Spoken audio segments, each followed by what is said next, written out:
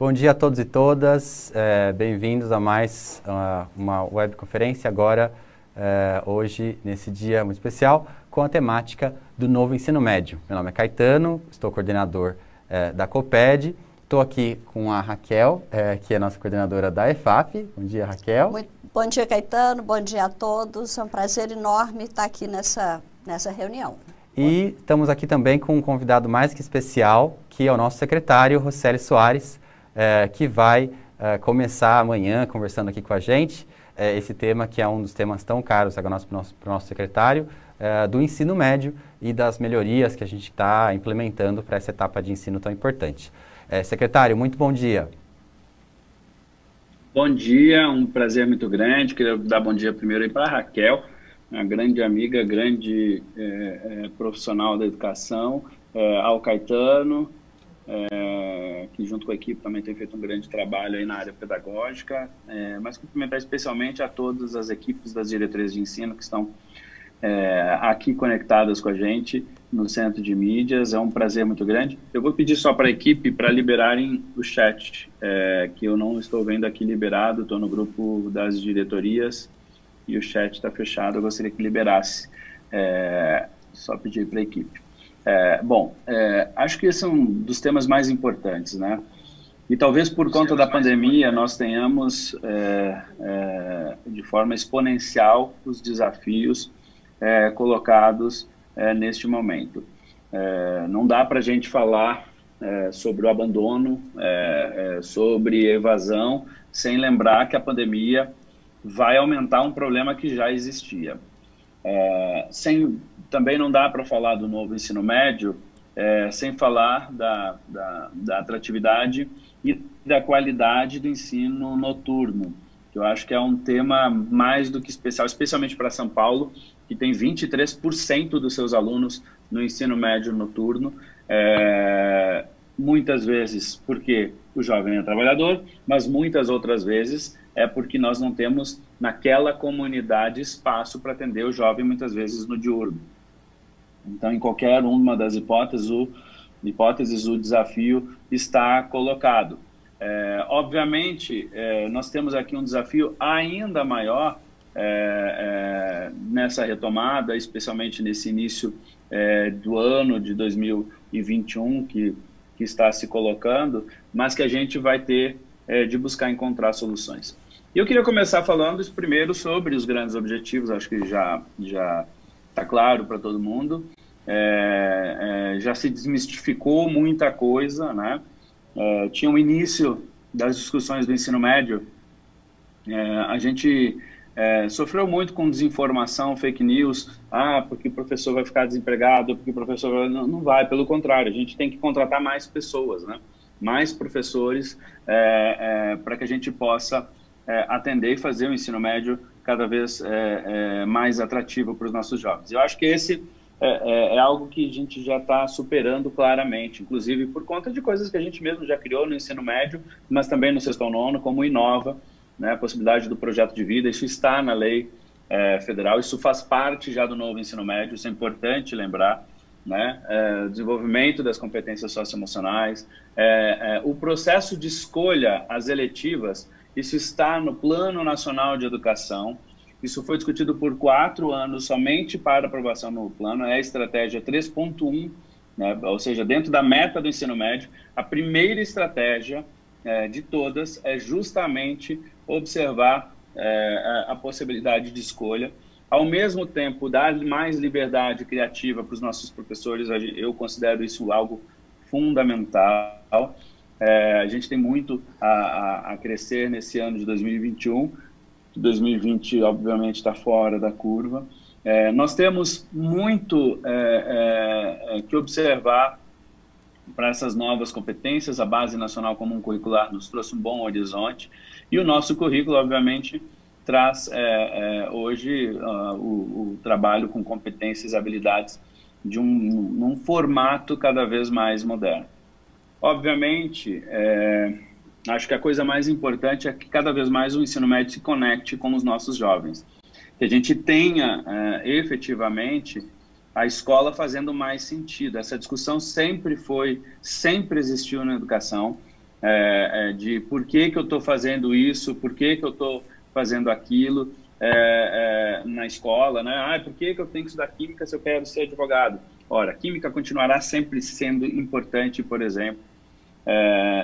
Eu já contei essa história em tantos lugares, né? Eu mesmo pensava isso, né? Eu queria fazer direito e não entendia por que química seria tão importante para minha vida. Depois, quando eu fui fazer, quando me tornei advogado, meu primeiro caso envolvia química, o que me marcou bastante, né?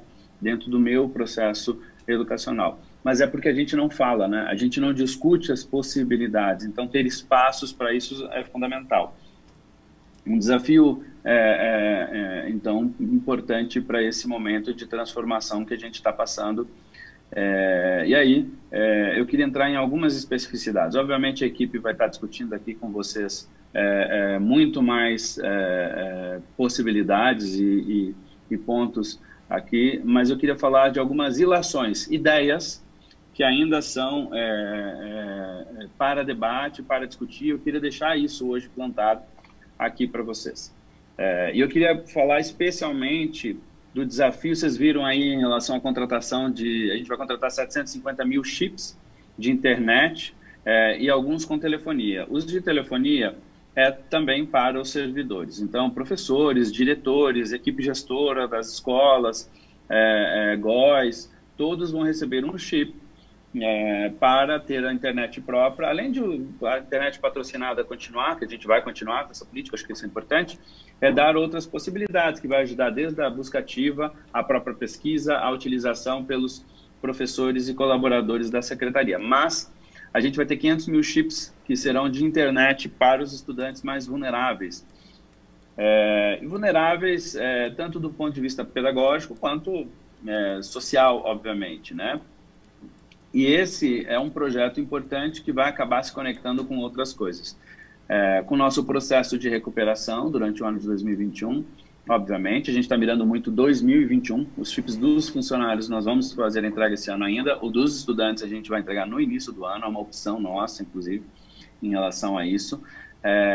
Mas aí isso traz possibilidades. Eu acho que coisas que a gente aprendeu neste momento de pandemia utilização do centro de mídias, utilização de outras ferramentas, do Google Classroom, de outras plataformas que as escolas estão utilizando, inclusive de games, de matemática, por exemplo. Vi muitas escolas de primeiro ao quinto, de sexto ao nono, ensino médio também utilizando. Então, são muitas as possibilidades que surgiram nesse momento. E eu acho que a gente precisa se modernizar e trazer isso para os nossos estudantes. Então, dentro dos 500 mil chips, hoje uma coisa que a gente pensa é ter os alunos mais vulneráveis, começando no 8º ano até o 3º ano do ensino médio, para que eles façam atividades extras. Obviamente, aumenta a carga horária deles.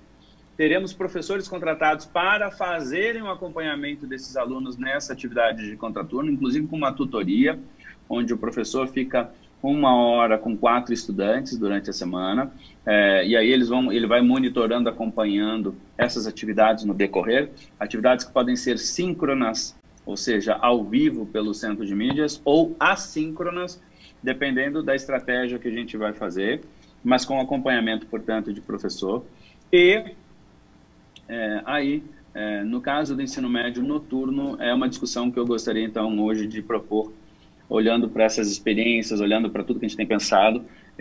A gente acabou criando coisas para o ensino médio diurno esse ano que a gente não conseguiu trazer para o ensino médio noturno, como, por exemplo, o próprio projeto de vida, né? Se isso é uma linha de uma espinha dorsal fundamental, como eu trago o projeto de vida para o ensino noturno, para os jovens que estão no noturno? Como que eu trago eletivas para os jovens do noturno? Como que eu trago outras coisas para os jovens do noturno? E aí, obviamente, a gente tem que trabalhar com a realidade. Não dá para a gente dizer que a gente pode aumentar a carga horária. Não dá para aumentar de 4 para 5 horas e 15 minutos, por exemplo, o ensino médio no noturno. Obviamente, esse é um ponto que não daria certo nesse o jovem trabalhador, enfim, ele trabalha o dia inteiro, aí vai chegar, vai fazer 5 horas e 15 minutos, seria irreal, né? Eu já sou muito crítico, inclusive, com as 4 horas, porque tem dias de semana, como a sexta-feira, ou dia de futebol, ou dia de sei lá o quê, que a gente acaba já tendo um desafio para fazer. Mas eu também acho que não dá para fazer menos, não dá para a gente pensar por baixo para esses jovens, a gente precisa sonhar alto junto com eles. E eu acho que uma coisa que a gente pode avançar é dar a conectividade para esses jovens no noturno, para que eles façam outras atividades complementando a carga horária. Hoje, então, a ideia para o ensino médio noturno, e estou lançando a ideia aqui, ainda falando com a equipe lá da secretaria, para discutir mesmo na rede isso. Eu acho que a gente deveria aproveitar o que a gente está aprendendo, manter as 4 horas do ensino noturno e aumentar a carga horária com atividades online, com a gente dando o chip, enfim, auxiliando os estudantes que mais precisam, ou todos, no caso do noturno, né, para que eles possam fazer atividades a mais. Ou seja, porque hoje, se eu fosse colocar projeto de vida, eu ia ter que fazer uma escolha, eu vou ter que tirar uma disciplina, um tempo de aula de matemática, eu vou tirar um tempo de aula de filosofia, eu vou tirar um tempo de aula de história, eu vou tirar um tempo de aula de alguém. Não faz sentido essa discussão para um jovem que precisa de mais, não precisa de menos, né? Então, acho que o que a gente tem hoje é que utilizar a tecnologia para dar esse algo a mais, contratando mais professores que possam fazer este acompanhamento, ou seja, por que não pensar em utilizar os centros de mídias, utilizar outras coisas, inclusive de atividades assíncronas. Eu vou dar um exemplo. Hoje, em matemática, nós temos 4 tempos de aula no noturno. Por que não aumentar para 5 tempos de aula, sendo que este 5º, ao invés de ser aula presencial, são atividades online ou offline que o aluno vai fazer, por exemplo, durante a semana. E o professor vai ser pago para acompanhar esta 5ª aula, ainda que ela seja assíncrona. Por que não aumentar o tempo de filosofia? Por que não criar a aula de projeto de vida? Ou seja, aproximar a matriz curricular do diurno, temos uma matriz curricular efetivamente na rede, só que a forma de execução ser mais adaptada ao próprio estudante, que aliás é o que a LDB traz com a reforma do ensino médio, né? Mantém, na verdade, isso, né? O ensino médio noturno deve estar adaptado à situação do estudante. Então, se a gente consegue, com novas tecnologias, trazer novas possibilidades, eu acho que esse é um debate fundamental. O que a gente não pode é abrir mão de trazer coisas para os nossos estudantes. E eu fico extremamente empolgado em pensar que a gente tem muitas possibilidades nesse momento para uma criação e uma recriação do nosso ensino médio noturno. E eu aqui dando bom dia, agora sim, estou conseguindo acessar aqui, a gente, alguns aqui já estão, por exemplo, assim, a Renata, a Patrícia fazendo aqui, o aluno não faz online em casa sozinho. Mas é uma questão, Renata, eu acho que tem uma diferença, né? A gente não pode comparar o que o aluno faz ou não faz com esse tempo de pandemia. Eu acho que a gente tem que ser muito pragmático com isso, né?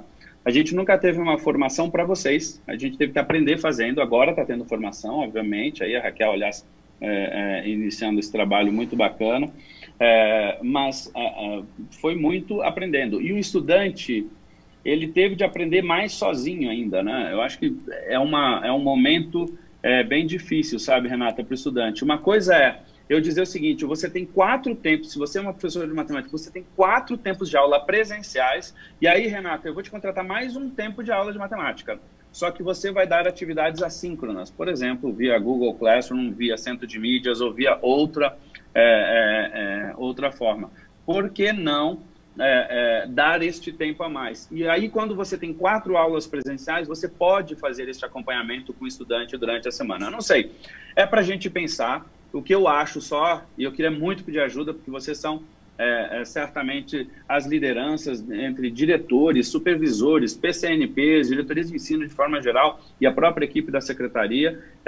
Acho que a gente consegue ter um controle melhor num tempo normal, né? Obviamente, né? Eu estou falando de um futuro, se Deus quiser, superando isso. mas que a gente consiga estimular dando algo diferente, não é da mesma coisa. Por que a gente não pode considerar que o professor vai acompanhar nesse tempo online de matemática uma aula sei lá, com Dragon Learn, com outra plataforma que a gente tenha parceria eventualmente, caso o professor queira dizer que aquilo vai fazer parte, por exemplo.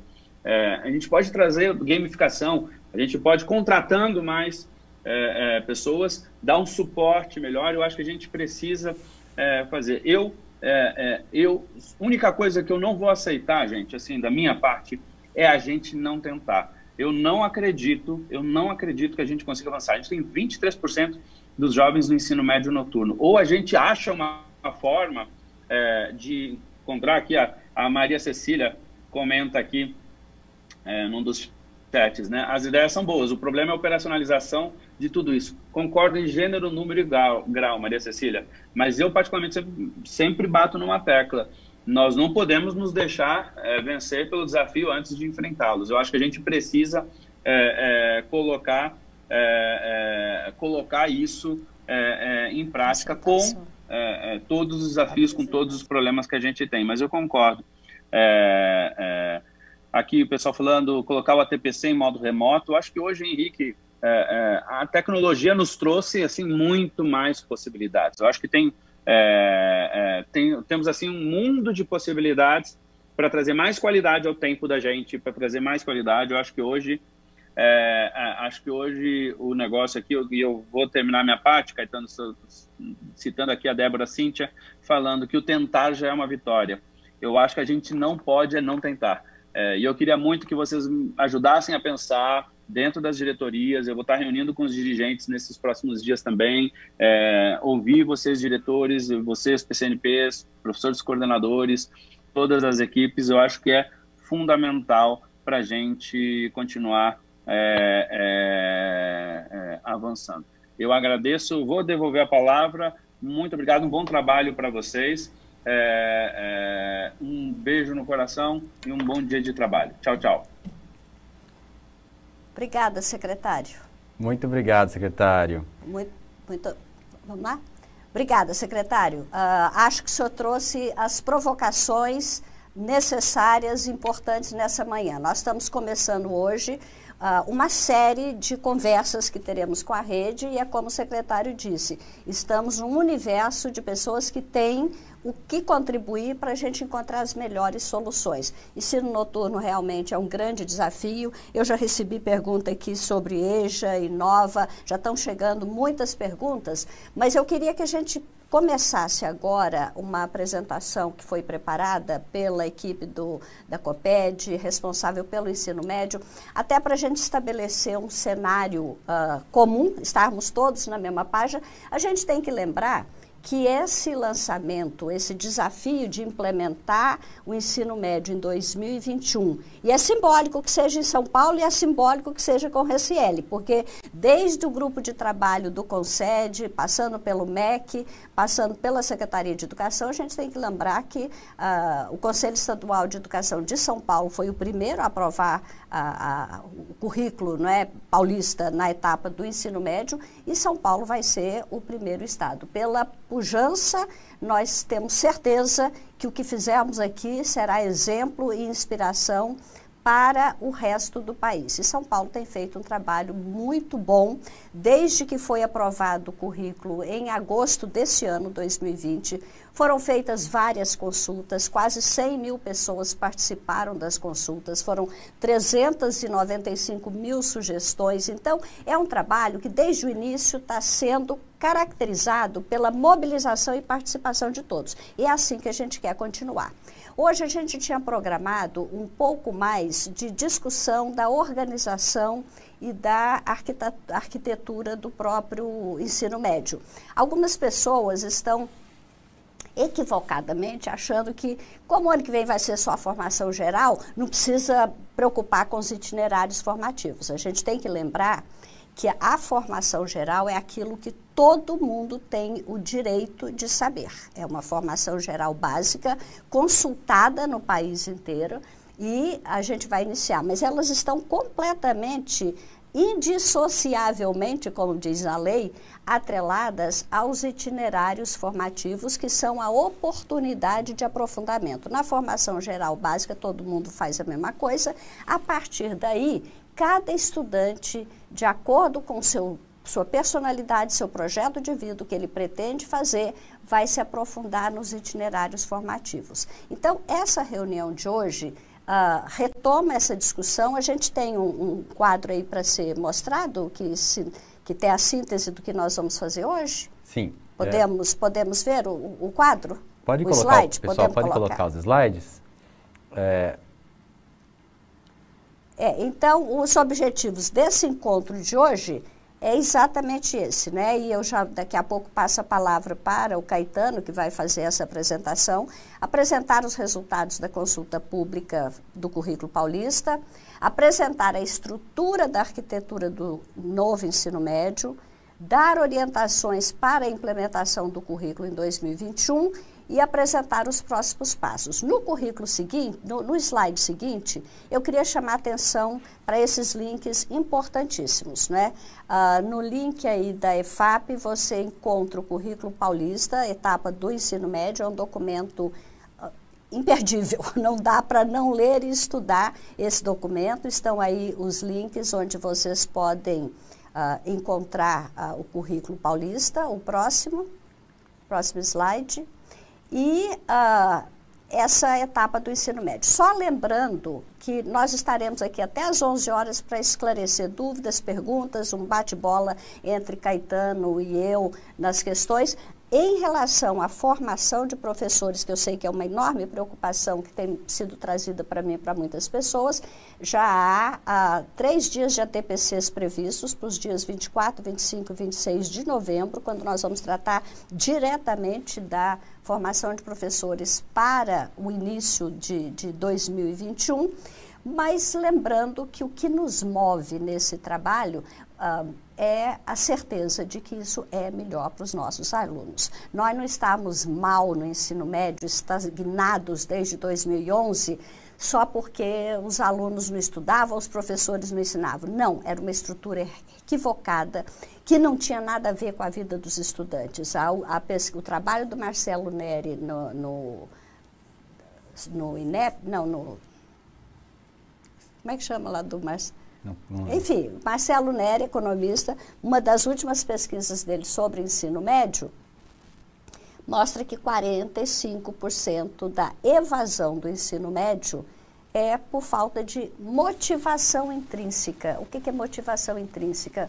Falta de ver sentido naquilo que ele fazia. Alguns abandonam porque não tem escola de ensino médio perto da casa, outros abandonam porque vão trabalhar, mas são percentuais menores. Um grande percentual de abandono no ensino médio é falta de ver sentido naquilo que ele faz. A pesquisa que nós vamos ver hoje mostra claramente isso. Então, o desafio que a gente tem é de ter uma escola atrativa, importante, que faça sentido na vida dos alunos e que o ajude a se inserir melhor numa sociedade competitiva, tecnológica, completamente diferente. É esse território invisível que ele vai habitar depois que sair da escola que ele está sendo preparado na nossa escola. Então, portanto, Caetano, você dá sequência. E eu quero dizer que já há algumas perguntas aqui que a gente volta depois na hora das perguntas, mas primeiro vamos organizar a nossa base comum de conhecimento. Obrigada. Perfeito. Raquel, acabei de lembrar aqui, Marcelo Neri do IPEA. IPEA. Eu falava INEP, é IPEA. Foi presidente do IPEA. Isso.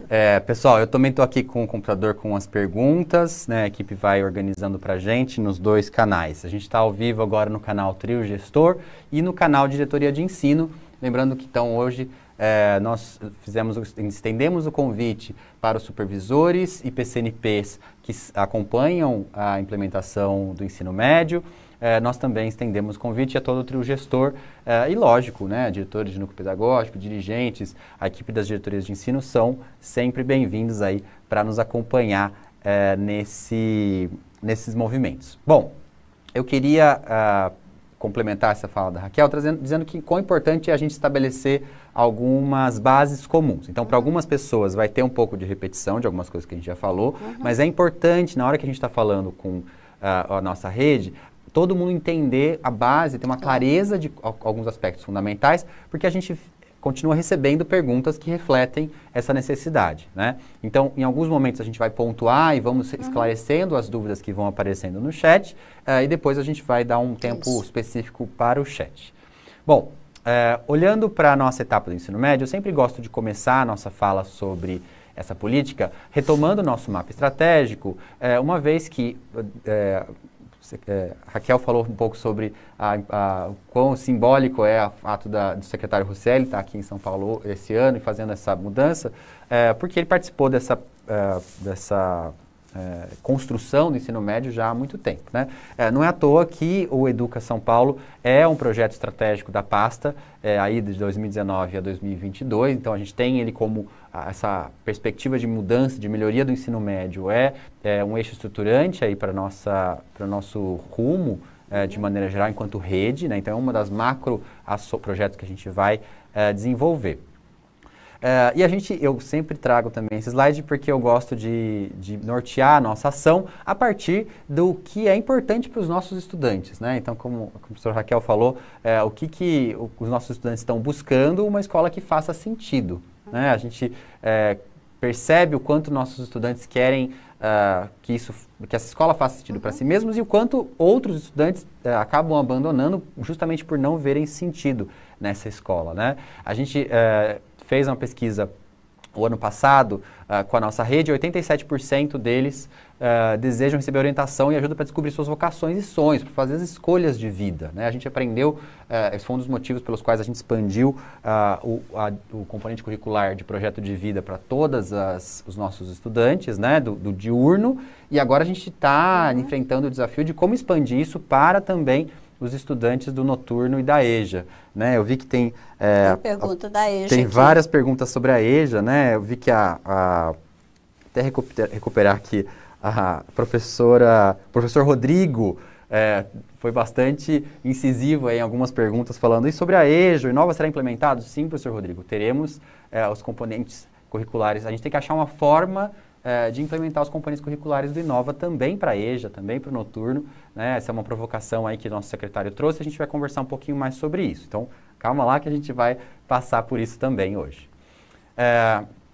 Bom, um outro motivador que a gente tem é que essa lógica de que a escola precisa estar conectada com o projeto de vida do aluno, com o que ele quer para o seu futuro, também se reflete nos resultados do nosso ensino médio, né? Então, a gente passou por muitos anos aí um crescimento muito, muito baixo do desempenho do ensino médio e grande parte desse indicador advém da alta taxa de abandono, das altas taxas de abandono e evasão escolar, né? Então, o fato dos nossos estudantes não ficarem na escola também tem sido responsável aí pelos resultados que a gente tem do nosso ensino médio. E isso se traduz em um resultado para a sociedade que também é muito preocupante, né? Então, nessa nossa pesquisa, a gente tem também, a gente traz sempre, esse aqui é um dado do IBGE, da PNAD contínua, que traz, aqui 2017, mas que coloca por segmento da população, segmento etário, né, de 15 a 17, 18 a 24, 25 a 29, quantos por cento dos jovens não trabalham e nem estudam, né? Então, um jovem que abandona o ensino médio, um ensino médio que não é atrativo para o jovem, gera como consequência social uma taxa muito grande, uma proporção muito grande dos nossos jovens que estão aí na sociedade e não estão nem trabalhando e nem estudando, né? A gente entende que tem múltiplos caminhos possíveis para os nossos jovens, mas muito difícil imaginar algum caminho que seja possível, produtivo, agradável, que não envolva nem estudar, nem trabalhar. E aí, Caetano, eu queria até, desculpa a interrupção, mas o secretário chamou atenção para a questão da pandemia. Esse é o maior desafio que nós teremos agora, e daí a importância do trabalho de vocês, que estão lá na ponta, não é? em trazer esse jovem para a escola. A evasão é uma tragédia na vida pessoal desses jovens, na vida do país, porque o jovem que se acomoda com subemprego agora, durante a pandemia, e tende a não voltar, ele vai se acomodar com subemprego, com subsalário, com a subvida para o resto da vida. E a gente está, no momento, quase saindo da janela demográfica de oportunidade de qualificar jovens para o futuro. Nós já estamos começando a ficar mais velhos do que jovens. Então, eu queria reforçar mais uma vez esse esforço e empenho de vocês nessa busca ativa de garantirem que os jovens virão para a escola e irão estudar e trabalhar. Essa é uma juventude perdida do nem-nem, com a qual nós não podemos nos conformar. Perfeito. Raquel, aproveitando o seu gancho para comentar que esses dados que a gente está trazendo, esses slides como um todo, vão ser disponibilizados, tá? Não se preocupem. A professora Larissa comentou... Tem gente perguntando se não pode ficar mais tempo parado para poder entender melhor os slides. Isso. Eles vão estar disponibilizados. Não se preocupe, a gente vai disponibilizar os slides, a gente só está passando aqui porque percorre uma lógica geral, né? Mas acho que o importante de tirar desse slide é que a gente tem uma taxa muito alta de estudantes, de pessoas, né, jovens, aí com mais de 18 anos até 29, né, quase 30% dos nossos jovens de 18 a 24 nem estuda, nem trabalha. É muito, muito alto uma taxa como essa. Bom, falando não só sobre os jovens, para os nossos professores também é importante, né? Então, 85% dos nossos professores acreditam que proporcionar ao estudante no ensino médio a possibilidade de se aprofundar em uma ou mais áreas do conhecimento é uma coisa importante, né? Então, o professor do ensino médio que tem 2 aulas por semana, por exemplo, de um componente curricular, tem dificuldade de realmente conseguir aprofundar, de realmente conseguir desenvolver uma discussão mais ampla com seus estudantes. Imagine o professor do ensino médio noturno, né, que tem muitas vezes ainda menos aulas por semana, ou que tem, recebe os alunos numa condição específica, diferente, né? Muitas pessoas aqui no chat falaram sobre como os alunos chegam cansados para a aula do ensino médio, noturno, né? Enfim, então, essa possibilidade de se aprofundar, de ter mais tempo para discutir questões importantes de cada área do conhecimento também é relevante para os nossos professores, né? Bom, e a gente também sempre traz aqui uma motivação, vamos dizer assim, técnica também. Então, além da vontade dos alunos, vontade dos professores, da necessidade do sistema, a gente também entende que o que a gente tem de mais recente em pesquisa em neurociência corrobora a lógica de que o cérebro adolescente, do jovem, ele aprende melhor com aulas interativas, com um equilíbrio entre tolerância e exigência, com a possibilidade do jovem escolher aquilo que ele vai aprender e que também desafie esse jovem a se autoconhecer, né? A conhecer-se a si mesmo, que ele consiga se enxergar naquilo que está estudando e pensar sobre si na hora de estudar, né? Até porque para ter capacidade de autogestão, que é uma das competências, ele precisa ter esse autoconhecimento. Ele só vai ter autogestão se ele se conhecer, né? Perfeito. Bom, e isso está, claro, refletido também na Base Nacional Comum Curricular e, portanto, no currículo paulista, né? Então, o nosso currículo paulista recém-aprovado traz aí as 10 competências gerais que foram estabelecidas na Base Nacional, né? E a gente tem, por exemplo, o autoconhecimento e autocuidado como uma delas, né, a busca pelo conhecimento, ampliação no repertório cultural, trabalho e projeto de vida, né, mundo do trabalho e projeto de vida, enfim, a gente precisa de um currículo que desenvolva no nosso jovem todas essas competências gerais. Caetano, olha que interessante, eu estou vendo aqui, né, lembrando que a argumentação é uma das competências. Em visita ao Canadá, há um tempo atrás, eu cheguei numa aula falei, aula de que é aqui? Aula de história. Falei, qual que é o tema do dia? Eu até estranhei, porque era uma aula aparentemente tradicional, o professor de pé, os alunos lá. Aí, quando eu olhei no quadro negro, estava lá, né, argumentação, o que era, Eu falei, mas aula de argumentação numa aula de história? E aí eu descobri, os fatos históricos eram o insumo que o professor usava para, de fato, desenvolver a argumentação entre os alunos. O foco dele era mais na argumentação do que nos fatos históricos. Os fatos alimentavam a capacidade de argumentação. Então, no mundo hoje, a gente vê até as brigas e as polêmicas quase sempre são por falta de capacidade de argumentação, de senso crítico, de conhecer os fatos. Né? Perfeito. Então, E uma muito importante no mundo hoje. Exato. E um ótimo exemplo também de como aprofundar o conhecimento, né, a partir de um desenvolvimento de habilidade. Claro. Né? Então, eu vou conhecer melhor a história se eu não estou só memorizando os fatos, mas eu estou realmente usando eles para argumentar, né, para conseguir fazer com que eu seja entendido, convencer o meu interlocutor, né, demonstrar algum problema de argumentação do outro lado, enfim.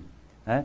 Então, esse aprofundamento é o que a gente quer. E o que a gente vai precisar, né, ao casar as competências com os itinerários formativos, por exemplo.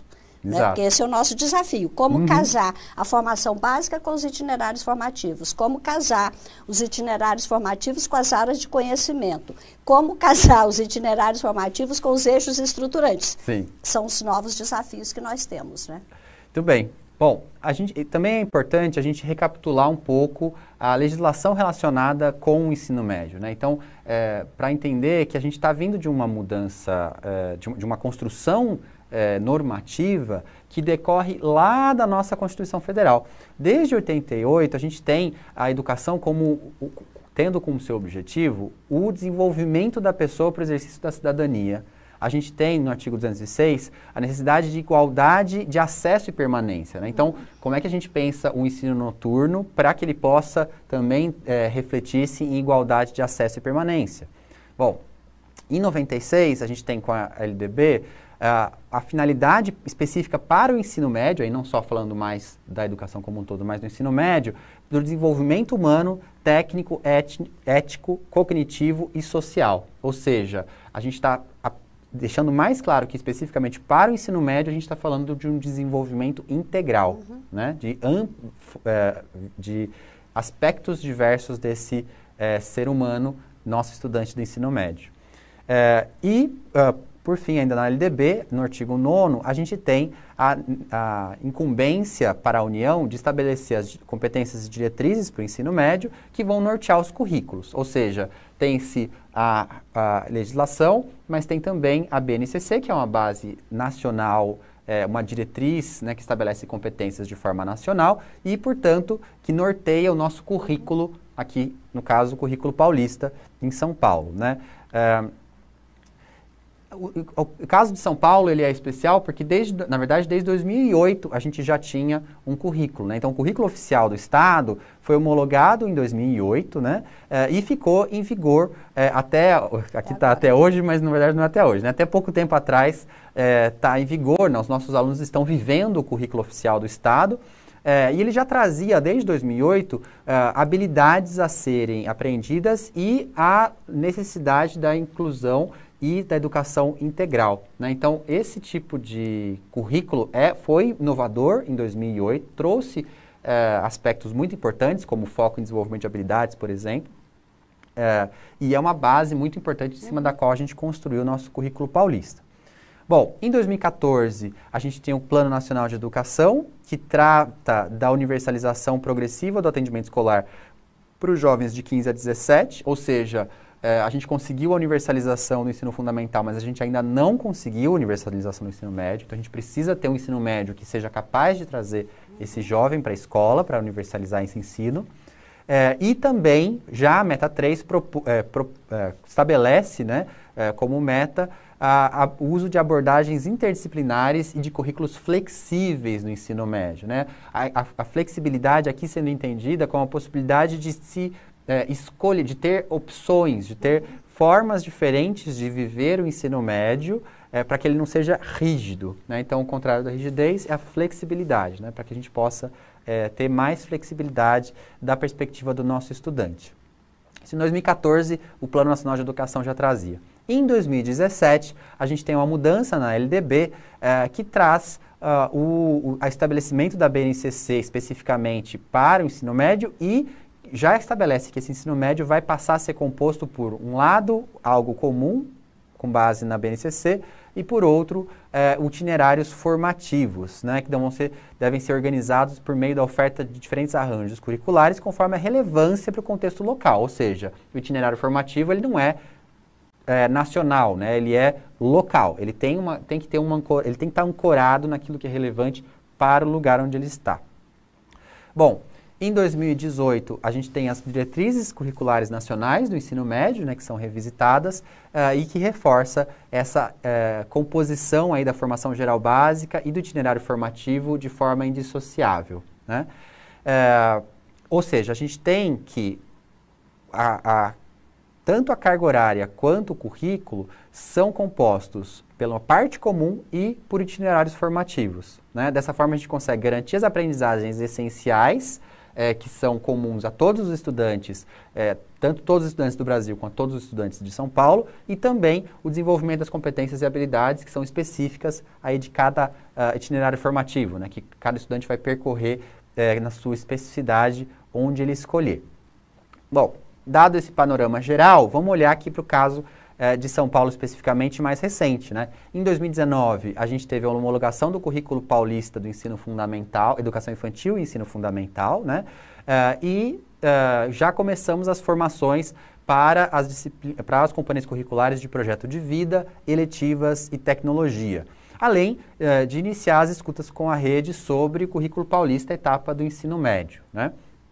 Em 2020, a gente fez a homologação do currículo paulista de educação infantil e ensino fundamental. A implementação. Isso, em 2020 a gente começa a implementação do educação infantil e ensino fundamental e faz a homologação do currículo paulista, etapa do ensino médio. Perfeito. Então, 19 homologa ensino fundamental, desenvolve ensino médio. 2020 começa a implementação do ensino fundamental e homologa o currículo paulista do ensino médio. Então, em 2020 também a gente aproveitou e iniciou o desenvolvimento dos componentes do Inova. Esse ano, 2020, é um ano, nem preciso falar o quão atípico é esse ano, mas de uma forma ou de outra, as aulas de projeto de vida, eletivas e tecnologia começaram na rede desde o 6º ano até a 3ª série do médio, e elas vão ter um papel importante para ajudar a nos preparar para a implementação do novo ensino médio. De 2021 em diante, a gente vai implementar progressivamente o currículo paulista da etapa do ensino médio, tá? E aí a gente vai entrar em algumas das dúvidas que estão surgindo aí nessa implementação. Sendo que em 2021 a gente começa na rede estadual a implementação da 1ª série, em 2022 a gente começa na 2ª série e em 2023 na 3ª série. Ou seja, o aluno que está hoje na 1ª série, que o ano que vem estará na 2ª série, vai continuar vivendo o currículo oficial do Estado de São Paulo, tá? Que é anterior ao currículo paulista. Assim como o aluno que começou o ano passado o ensino médio e que o ano que vem vai estar na 3ª série, vai terminar a sua experiência de ensino médio dentro do currículo oficial do Estado de São Paulo. Já o aluno que ingressar no ensino médio no ano que vem, vai ser aí a primeira turma a começar o currículo paulista realmente no ensino médio, tá bom? Então essa é a primeira, acho que um primeiro ponto importante da implementação, no caso da rede estadual. As escolas particulares, e aí muitas das questões acabam vindo... Tem muitas perguntas sobre escola particular. Isso. No caso das escolas particulares, elas podem iniciar o desenvolvimento do currículo já em 2021, já na perspectiva do novo ensino médio, mas elas também podem postergar isso para o início em 2022. Essa foi uma exceção aberta pelo Conselho Estadual de Educação, considerando a complexidade do ano de 2020, a complexidade da implementação, etc. Agora, tem algumas escolas que já começaram, inclusive. Exatamente. Escolas privadas. Eu sei de escolas privadas que já começaram, que aderiram à proposta. Na verdade, até como informação geral, na área pública, nós temos agora, em dezembro, 190 alunos sendo formados em 5 estados brasileiros numa experiência do SESI-Senai. E vale a pena conhecer essas experiências, não vamos falar disso aqui agora, mas os resultados são fantásticos. Tirou muita gente, não é, do estado meio que de acomodação que estava, mas uma vez vencido esse desafio, ninguém quer voltar para o que era, Caetano. Está todo mundo muito encantado. Não, e nós também, aqui em São Paulo, Raquel, a gente teve desde 2020, já pilotos da implementação do novo ensino médio com itinerários formativos técnicos. Né? Então, a gente já começou, são poucas escolas, né, mas em parceria com o Centro Paula Souza, fazer aí um experimento desse itinerário integrado com formação técnica e formação técnica e educação propedêutica, né, desde o começo do ensino médio. A gente vai falar um pouquinho mais sobre isso mais para frente. Bom, a gente está...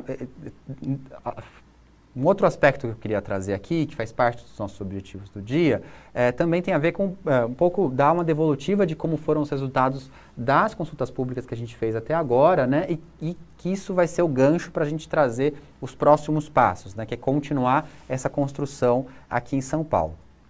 Em 2019, o ano passado, a gente fez mais de 1.600 seminários junto às diretorias de ensino, né? Alguns foram na diretoria de ensino, alguns envolveram mais de uma diretoria de ensino, algumas foram em escolas polo, com participação de 140 mil estudantes e 18 mil professores. A gente conseguiu fazer um movimento amplo o ano passado, lógico que, né, a gente tem quase 1,5 milhão de estudantes do ensino médio, então não dá para envolver todos eles ao mesmo tempo, mas envolvemos 140 mil nesse processo de discussão e foram parte fundamental para a construção desse documento curricular que foi homologado aí pelo secretário, o parecer do Conselho Estadual de Educação aprovando o currículo paulista. Esse é um ponto importante também que eu queria mencionar, já veio algumas perguntas aqui, sobre...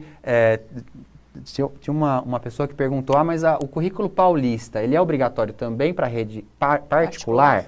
Bom, vamos lá. O currículo paulista, ele foi construído pensando no sistema de ensino paulista, né? E aí o Conselho Estadual de Educação aprovou esse currículo paulista para o sistema, né? Então, vocês vão ver que ele tem aspectos bastante gerais e amplos dessa forma, porque ele se aplica a todo o sistema.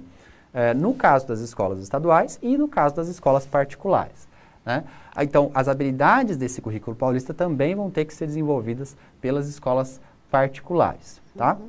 Agora, deste documento do currículo paulista para a implementação efetiva nas escolas estaduais, a gente ainda vai aprofundar e vai trazer novos elementos, né? E por isso que a gente também vai implementar muito do que foi trazido nas consultas públicas de forma mais específica agora na nossa rede estadual, tá? Bom, falando um pouquinho dessas consultas públicas, né? A gente fez 6 seminários digitais, né? Aí já esse ano, sobre a arquitetura do ensino médio, sobre cada uma das áreas do conhecimento propedêuticas e também sobre a formação técnica e profissional, tá? Esses seminários tiveram a participação de mais 70 mil profissionais da rede, né, que acompanharam, deram sugestões, críticas, tiraram dúvidas, deram ideias e resultaram aí numa participação numa qualidade muito maior para o nosso documento do currículo paulista, né? Além desses seminários, a gente teve a participação direta no currículo, né? Então as pessoas puderam ler o texto preliminar e mandar comentários, sugestões, né? A gente teve aí para isso 98 mil participantes, quase 400 mil contribuições no documento. A equipe ficou aí finais de semana, noites, trabalhando para consolidar isso, para, né, traduzir essas contribuições de forma efetiva no documento. E a gente teve uma participação bastante equilibrada, né? 42% professores, 42% estudantes e também da sociedade civil, né? A Associação dos Pesquisadores de Ciências Sociais participou, enfim, uma série de associações e entidades da sociedade civil também participou e contribuiu para o documento. Eu não estava aqui nessa época, sou recém-chegada, mas pelo que eu li, aquelas 397 mil, quase 400 mil participações foram ligadas a questões quanto à relevância do currículo e à pertinência do currículo. Então, isso é muito importante. A sociedade participou, validou a pertinência e a relevância do currículo para o momento que a gente vive hoje. Isso é um detalhe bem importante. Perfeito, Raquel. E, inclusive, a gente tem aqui uma taxa muito alta de contribuições demonstrando essa pertinência. Tá, desculpa, eu não sabia que vinha. É o próximo... É o próximo slide, fala da pertinência. Não, mas exatamente esse é o tema.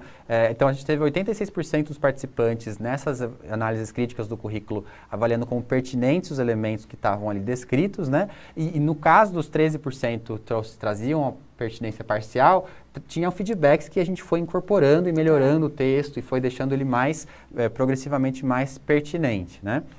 No caso, no caso da relevância, a gente tem 84% também considerando relevantes e os 15% dizendo sobre a relevância parcial aí do documento, né? E nesse caso também a gente foi incorporando os feedbacks que essas pessoas trouxeram e comentaram aí, pessoas ou organizações trouxeram. Bom, a gente também fez uma série de questionários durante a consulta pública, né, sobre o novo ensino médio. Especialmente no caso dos estudantes, né, 77% dos estudantes têm interesse em mais de uma área do conhecimento. Né? Então, a gente perguntou para os nossos estudantes como que eles gostariam, ou se eles pudessem se aprofundar numa área, em qual área ou em quais áreas eles se aprofundariam. Né?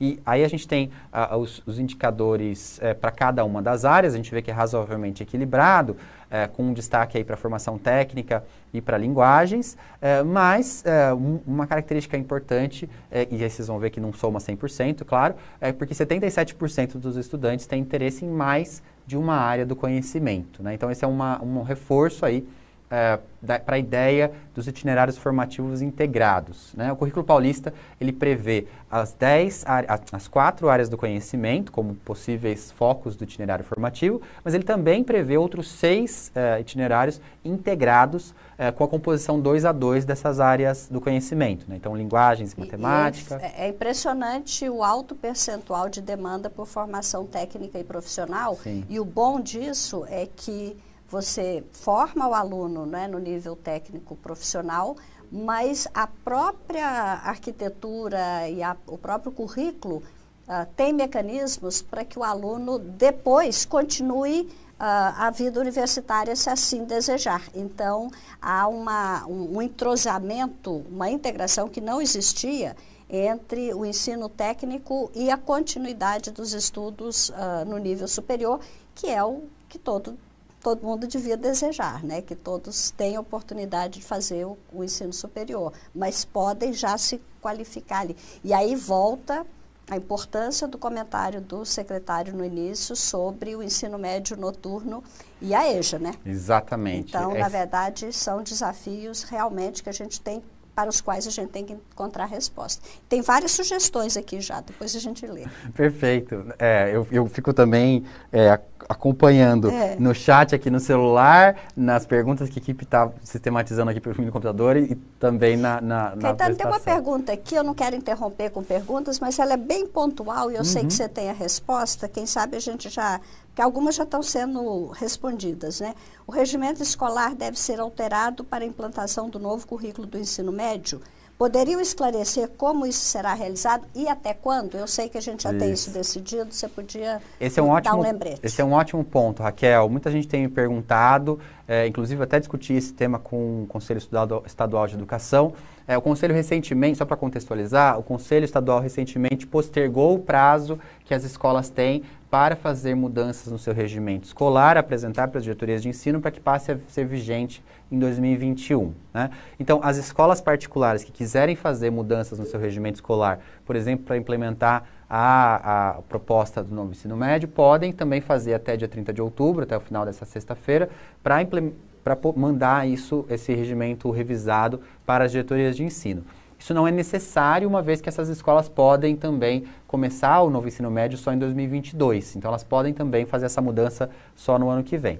No caso da rede estadual, a gente vai ter uma mudança de currículo, então a gente vai implementar um currículo paulista na etapa do ensino médio a partir da primeira série do ano que vem, e vocês vão ver, a gente não vai ter uma mudança em matriz curricular na primeira série, né? A gente já fez algumas mudanças já no ano passado, e a gente vai implementar essas mudanças por meio de resolução do secretário, né? Então a gente não vai fazer uma mudança, um movimento amplo de mudança de regimento escolar da rede estadual este ano, para a implementação no ano que vem. A gente vai começar essa implementação só com essa resolução de matriz curricular do secretário. Tá. Mas o ano que vem a gente vai fazer um movimento amplo de discussão das propostas pedagógicas das escolas e, portanto, também da adequação do regimento escolar para a vigência a partir de 2022, levando em consideração que esse ano a gente tem pouco espaço, a gente tem menos espaço esse ano para grandes discussões no âmbito da escola, né? Então, a gente também tentou priorizar esse ano não fazer esse movimento tão grande de discussão da proposta pedagógica e do regimento interno, para isso ficar no âmbito da Secretaria Estadual para o ano que vem. Tá? Então, esse é um ponto que também muita gente pergunta e eu queria esclarecer. Bom, vamos voltar a falar da nossa consulta? Vamos lá. A gente, na hora de perguntar para os estudantes, a gente também perguntou para eles quais motivos eles levantam, né, para a escolha dos itinerários. Né? O que faz eles escolherem um itinerário ou outro, ou se aprofundar em uma área do conhecimento ou outra. Então, a maior parte pensa na preparação para o mundo do trabalho, com 43%, mas você tem 38% que olha para as disciplinas que eu gosto de estudar, estão nessa área. Né? Eu gostei muito da professora... do professor Afonso Gomes. Ele falou assim no canal da diretoria de ensino, então não sei se se ele é supervisor ou PCNP, mas o professor Afonso fala assim: o currículo atraente para os jovens do ensino médio, como diz Rubem Alves, deve pensar em ser ferramenta ou brinquedo. A ferramenta por ser útil para viver como indivíduo e coletivamente. O brinquedo por mobilizar a alma, com os sonhos, com o bem-estar. Então, a gente vê aí nessa pesquisa o quanto nossos estudantes concordam com o Rubem Alves. Né? Por um lado, estão pensando no mundo do trabalho, por outro, estão pensando naquilo que eles gostam de estudar, no que mobiliza, né, a alma deles, como diz Ferramenta o Rubem. e alma. Ferramenta e brinquedo. Brinquedo.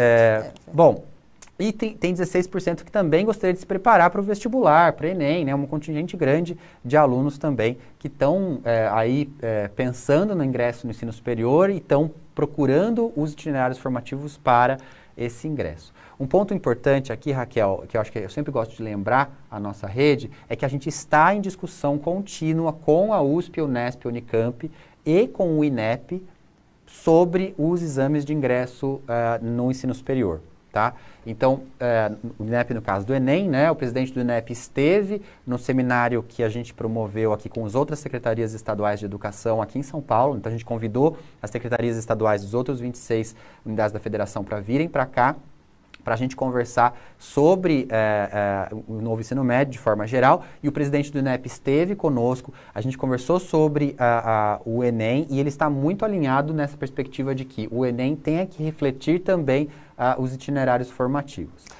Claro, uma grande mudança que vai acontecer a partir dessa reforma do ensino médio é a avaliação para entrada nas universidades, não é? Então, esse é um ponto importante. A gente não tem ainda informação sobre o Enem, mas claramente o Enem, como existe hoje, não existirá mais. Né? Ele não tem mais sentido a partir da implementação do ensino médio. Pois é. Muito bem. Tem uma pergunta aqui, deixa eu aproveitar. A Rosana Morilha pergunta: as escolas particulares poderão implementar o currículo do ensino médio em 2021 nas 3 séries ou de forma gradativa, como será nas nossas escolas estaduais? Rosana, não tem nada que impeça elas de fazerem a implementação direto nas 3 séries, mas acho que é importante levar em consideração que se o estudante já viveu, por exemplo, a primeira e a segunda série do ensino médio no modelo atual, eu acho que dificilmente essa escola conseguiria fazer esse estudante ter na 3ª série a carga horária de itinerários formativos, por exemplo, que ela precisaria para poder aprofundar esse estudante. Né? Então, acho que não tem o que impeça, mas eu imagino que a maior parte das escolas, se não todas, vão fazer a implementação gradual nesse sentido, porque não é uma coisa trivial implementar os itinerários formativos. Né? Então, acho que esse é um ponto interessante na hora de olhar aí e conversar com as escolas particulares. Talvez alguma tenha achado alguma solução que a gente não conheça, e aí vale a pena a gente até conversar sobre, mas eu não conheço nenhum caso que vai ser feita essa implementação das 3 séries de uma vez. Faz mais sentido você começar num modelo novo e ir caminhando gradualmente, né? Pois é. Bom, vamos falar um pouquinho sobre EJA e noturno, né? Então, a gente professor Rodrigo nos cobrou bastante, vamos falar um pouquinho sobre EJA e noturno. A gente também ouviu os alunos com relação ao ensino período noturno e sobre a educação de jovens e adultos.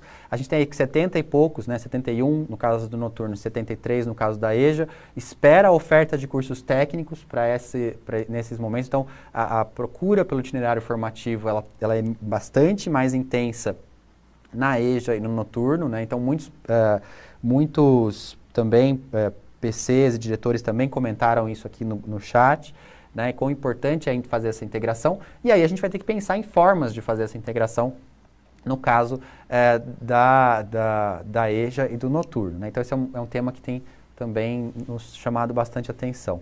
O secretário falou da possibilidade de um tempo a mais à distância.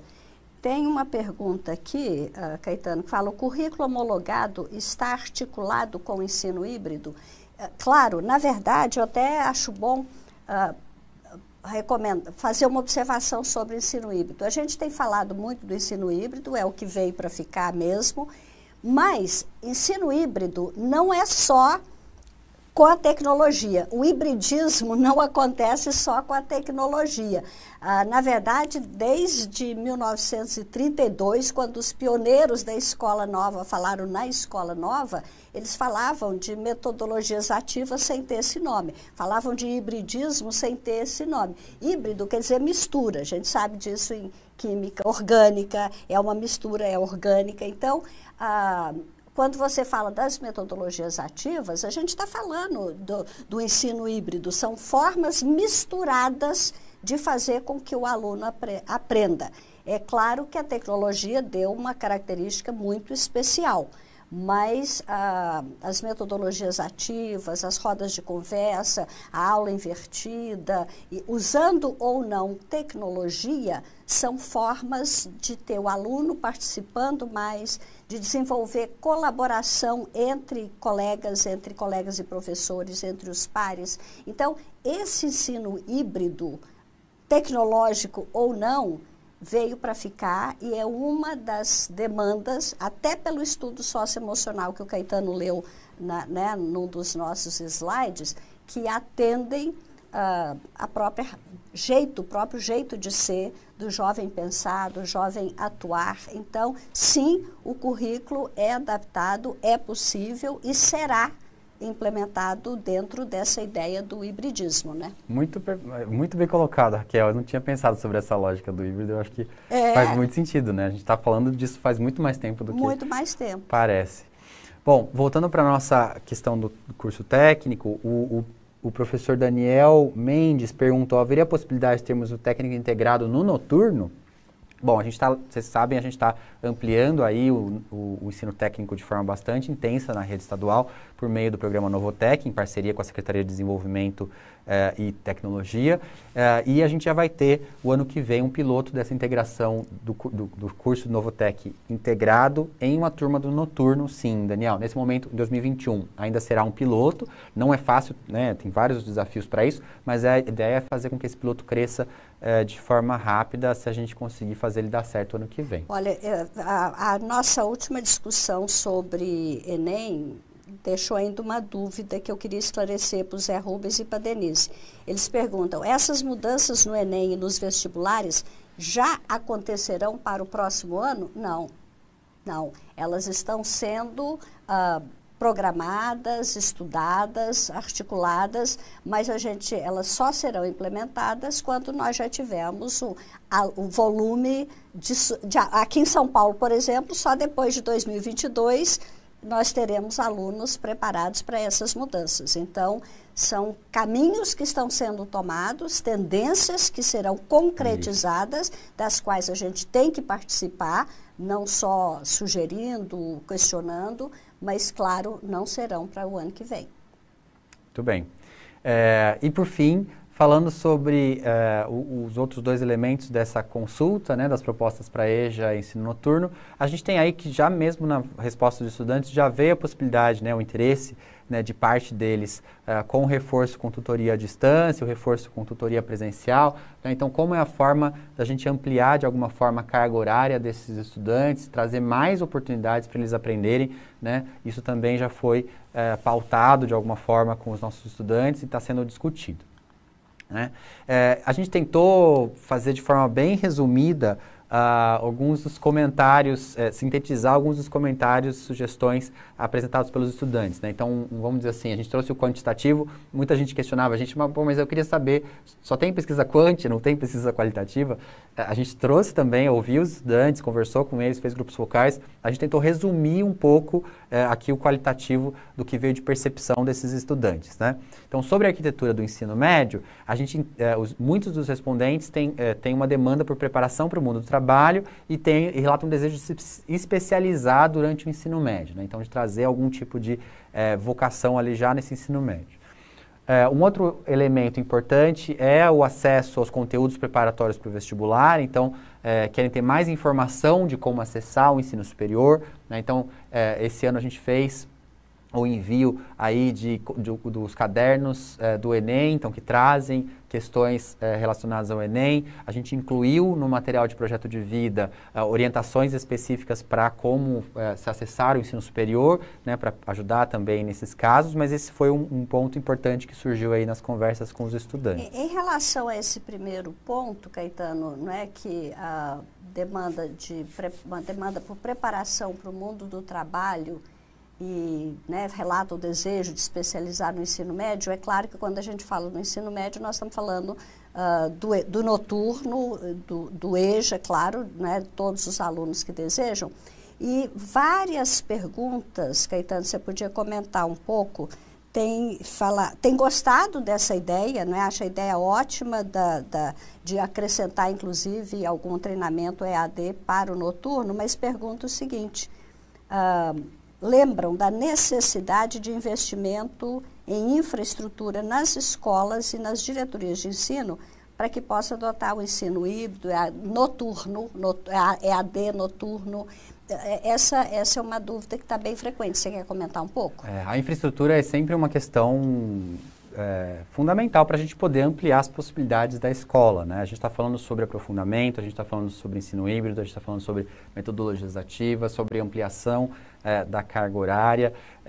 E aí, essas inovações também podem se beneficiar muito da estrutura. Eu sempre falo para a rede, Raquel, que a implementação do novo ensino médio em si, ela não parte do pressuposto que haverá uma estrutura diferente, né? Uhum. Mas ela pode, com certeza, ser híbrido. Ele pode ser de tecnologia ou não. Isso, assim como o híbrido pode ser mais tecnológico ou menos, a lógica do novo ensino médio é uma lógica curricular, ou seja, como é que eu consigo mudar o meu currículo para que eu aprenda mais detalhadamente ou aprofundadamente sobre uma área ou algumas áreas. Agora, a gente sabe, e a Secretaria, acho que, pelo menos a gestão do secretário Rosselli, ela é muito... tem uma ênfase, sim, na tecnologia, né, na adoção da tecnologia. A Renilda é uma grande defensora da melhoria da infraestrutura das escolas, de forma geral, e especificamente também na ampliação da estrutura tecnológica nas escolas, né? Então, a gente está fazendo um processo longo e grande, bastante amplo, de compra de computadores, né? Tem uma ata de registro sendo elaborada aí pela Prodesp para que a gente possa fazer essa compra para as escolas, né? Então a gente está assim preparando essa melhoria do parque, vamos dizer assim, o parque tecnológico das escolas. A gente teve uma experiência muito interessante esse ano com o Centro de Mídias, né? Então, antes a gente falava, para a gente falar diretamente, o ano passado, Raquel, para a gente falar diretamente com o trio gestor, que nem a gente está falando aqui, a gente, em muitos casos, tinha que ir até a cidade. O trio gestor tinha que ir até a diretoria de ensino e a gente falava com os diretores na sala da Rede do Saber lá, para poder interagir com eles e tal. Agora a gente já está num momento, com o Centro de Mídias, de interação muito mais direta, aqui no celular, na mão de cada um, né? Exatamente. Tem a versão web e tal, mas assim, a proximidade é muito maior. E aí, uma das coisas que está previsto nessa expansão do Parque Tecnológico é justamente a expansão do Centro de Mídias para as escolas, né, para que as escolas também tenham uma recepção melhor do sinal do centro de mídias diretamente na escola, né? A gente tem muitas experiências bacanas, né? Tem uma escola em Sorocaba, a Escola Estadual Egeu me mandou esses dias, a diretora, as fotos do planejamento de aquisições deles com recurso do PDD paulista e do PDD nacional, focado em escolas de ensino médio inovadoras, né? E eles também estão fazendo um mini centro de mídias lá dentro da escola, para que tanto os alunos possam se aprofundar no uso de tecnologias e na gravação e na transmissão como autores desse processo, mas que também eles possam fazer transmissões da escola para quem estiver em casa, da escola para o resto da comunidade, enfim, uma série de usos muito bacanas do centro de mídias dentro da escola, né? Então, o mini centro de mídias na escola foi uma iniciativa da própria Escola Egeu, lá de Sorocaba, e que é muito bacana, né, pra gente ver esse tipo de mudança. Não, eu fico muito empolgada vendo o mundo de hoje, com todas as dificuldades, com o horror que foi a pandemia, vidas que não voltam, mas o que a gente caminhou e para onde estamos indo é uma coisa que me fascina. Eu faço parte, ó, eu contando minha idade aqui, eu faço parte de uma geração que fez o primário naquelas carteirinhas de 2 que tinha, tipo as que tem lá na entrada do gabinete do secretário na sede da República. E quando eu projeto a escola do futuro, eu fico absolutamente fascinada. E eu acho que é isso que a gente tem que fazer. Sonhar, projetar. Agora, sonhar em carregar todos os alunos juntos, né? Isso é uma coisa que me preocupa muito, esse risco de evasão. E o próprio sentimento, Caetano, de algumas pessoas, de que alguns alunos não nasceram para a universidade. Não é verdade. Não é verdade. Nesse esforço nosso de implementação do currículo paulista, de inovações, de mudanças, de futuro, de crescimento, de evolução, nós temos que pensar o tempo todo nenhum para trás. Todo mundo tem o mesmo potencial de aprendizagem. É muito triste quando a gente vê a pesquisa do INEP e que vê que nas escolas públicas, uma pesquisa feita com professores de 9º ano, 39% de professores não acreditavam que os seus alunos terminariam o ensino médio. Nas escolas privadas, 90% acreditava que os alunos terminariam. Então, essa é uma cultura que a gente tem que combater intencionalmente, propositalmente, com ênfase. Todo mundo tem potencial. A gente precisa chegar neles e trazê-los conosco. Maravilha, Raquel. Raquel, eu vou tentar passar um pouquinho rápido pelos slides. A gente tinha se proposto para tem bastante pergunta bacana que a gente quer passar e trazer muita informação. A gente se propôs a ficar com vocês aqui hoje até às 11, mas a gente vai depois, também, se por acaso tiver alguma pergunta que a gente não responder, a gente vai enviar um comunicado com todas as perguntas e respostas ali, passo a passo também, tá, pessoal? Tá, então... E eu quero só repetir, porque eu já vi a pergunta repetida aqui, repetir uma informação que eu dei no início. Nos dias 24, 25 e 26 de novembro, nós vamos fazer os ATPCs voltados para a formação de professores. Então, claro que a gente está falando da arquitetura, da organização, das mudanças, estabelecendo uma linguagem comum, um cenário comum com a rede, com todo mundo, mas esse é o primeiro de vários encontros que teremos com a rede para aprofundamento da questão do ensino médio, inclusive formação de professor específica. Muito bem. Então, vamos ter formação, a gente vai apoiar a construção das propostas pedagógicas, por isso que a gente precisa passar aqui pelo nivelamento básico de informações gerais com todo mundo. Isso. Bom, voltando para a nossa consulta pública, outros aspectos qualitativos que vieram daí em sugestões apresentadas pelos professores, né? Falamos um pouco dos alunos, o que veio das consultas, das sugestões dos professores, né? Então, a primeira coisa sobre a arquitetura do ensino médio, que a distribuição da carga horária tem que levar em conta a maturidade dos estudantes e as oportunidades de se aprofundar discussões do projeto de vida, né? Então, os professores estão preocupados com o momento de vida que os estudantes vão fazer as escolhas para poder se aprofundar. né? Também surgiu a necessidade de aumentar a atratividade da EJA, assim como no nosso chat aqui, isso também surgiu por parte dos professores, ofertando cursos de qualificação profissional mais conectados à realidade dos estudantes. Tá? Só para a professora Simone falou assim, confirma por favor, o Novotec integrado não seria somente no diurno? Sim, professora Simone, hoje o Novotec integrado é só no diurno, mas a gente fez começou um piloto, então vai ter algumas escolas, pouquíssimas escolas, que o ano que vem vão começar o integrado no noturno, tá? Isso é importante porque justamente a gente quer, os professores aqui estão dizendo que é importante aumentar a atratividade da EJA ofertando cursos de qualificação profissional.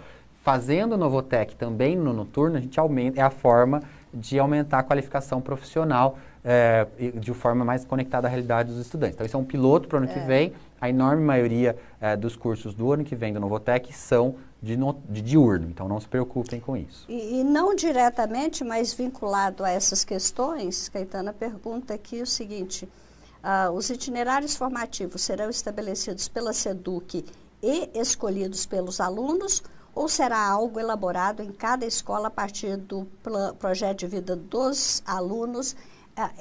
É claro que se aprofunda nisso, mas é claro que não vai haver uma imposição da SEDUC em relação aos itinerários.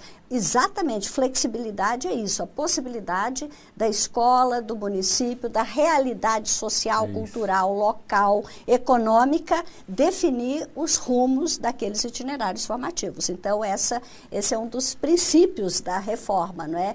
Que haja ressonância para as demandas locais. Exatamente, então, Raquel. Não faria sentido ter uma coisa, todas as escolas vão seguir assim.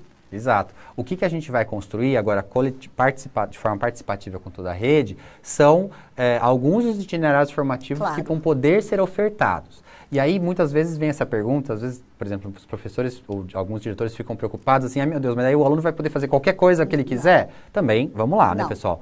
A gente tem que ser razoável e pensar no bom senso. Então, o que a gente sempre fala é que a oferta ela vai passar pela gestão da escola e ela vai ter que fazer sentido para aquele contexto local em que a escola está inserida, com os professores que aquela escola tem, enfim, essa arquitetura local tem que ser levada em consideração na hora de ofertar os itinerários formativos. E aí, uma vez a escola ofertando os itinerários formativos, o estudante vai poder escolher aqueles itinerários, o itinerário qualquer que seja, que faz mais sentido para aquele projeto de vida específico, né? Exatamente. Então, esse equilíbrio entre a realidade, o que existe, e as demandas e os impulsionamentos que queremos fazer. É muito legal, é um desafio muito gostoso. Sim, perfeito. Bom, o último ponto que eu queria trazer aqui de destaque, lógico, não são esses, mas um último de destaque que eu queria trazer de qualitativo, de sugestão dos professores na nossa consulta, foi de que as escolas PEI têm bons exemplos de trabalho por área do conhecimento, também já foi falado aqui no chat hoje, que podem servir de inspiração para o novo currículo. Isso é verdade.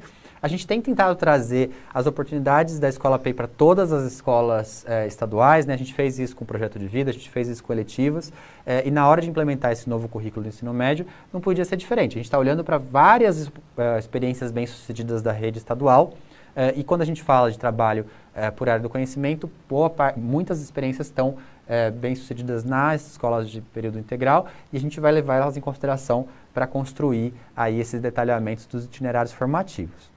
Esse é um ponto tão importante, a gente tem tanta experiência legal acontecendo na rede, às vezes a gente mudou tudo, então acha que tem que começar tudo do zero. Não tem que começar do zero, não é?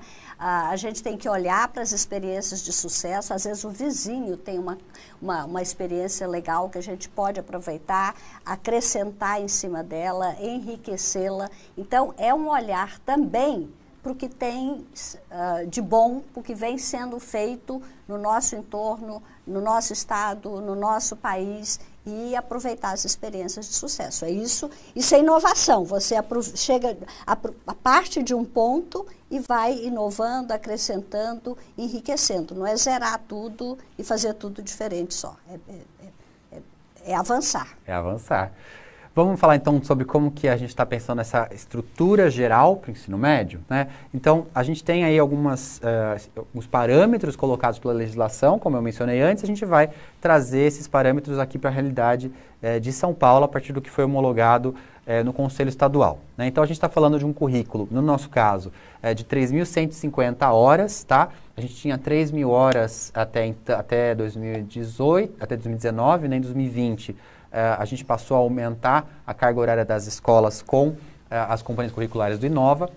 Então, os alunos que ingressarem no ano que vem no ensino médio, por exemplo, vão concluir seu ensino médio com 3.150 horas. Dessas 3.150 horas, 1.800 horas vão ser de formação geral básica. Essa formação geral básica vai percorrer os 3 anos do ensino médio, tá?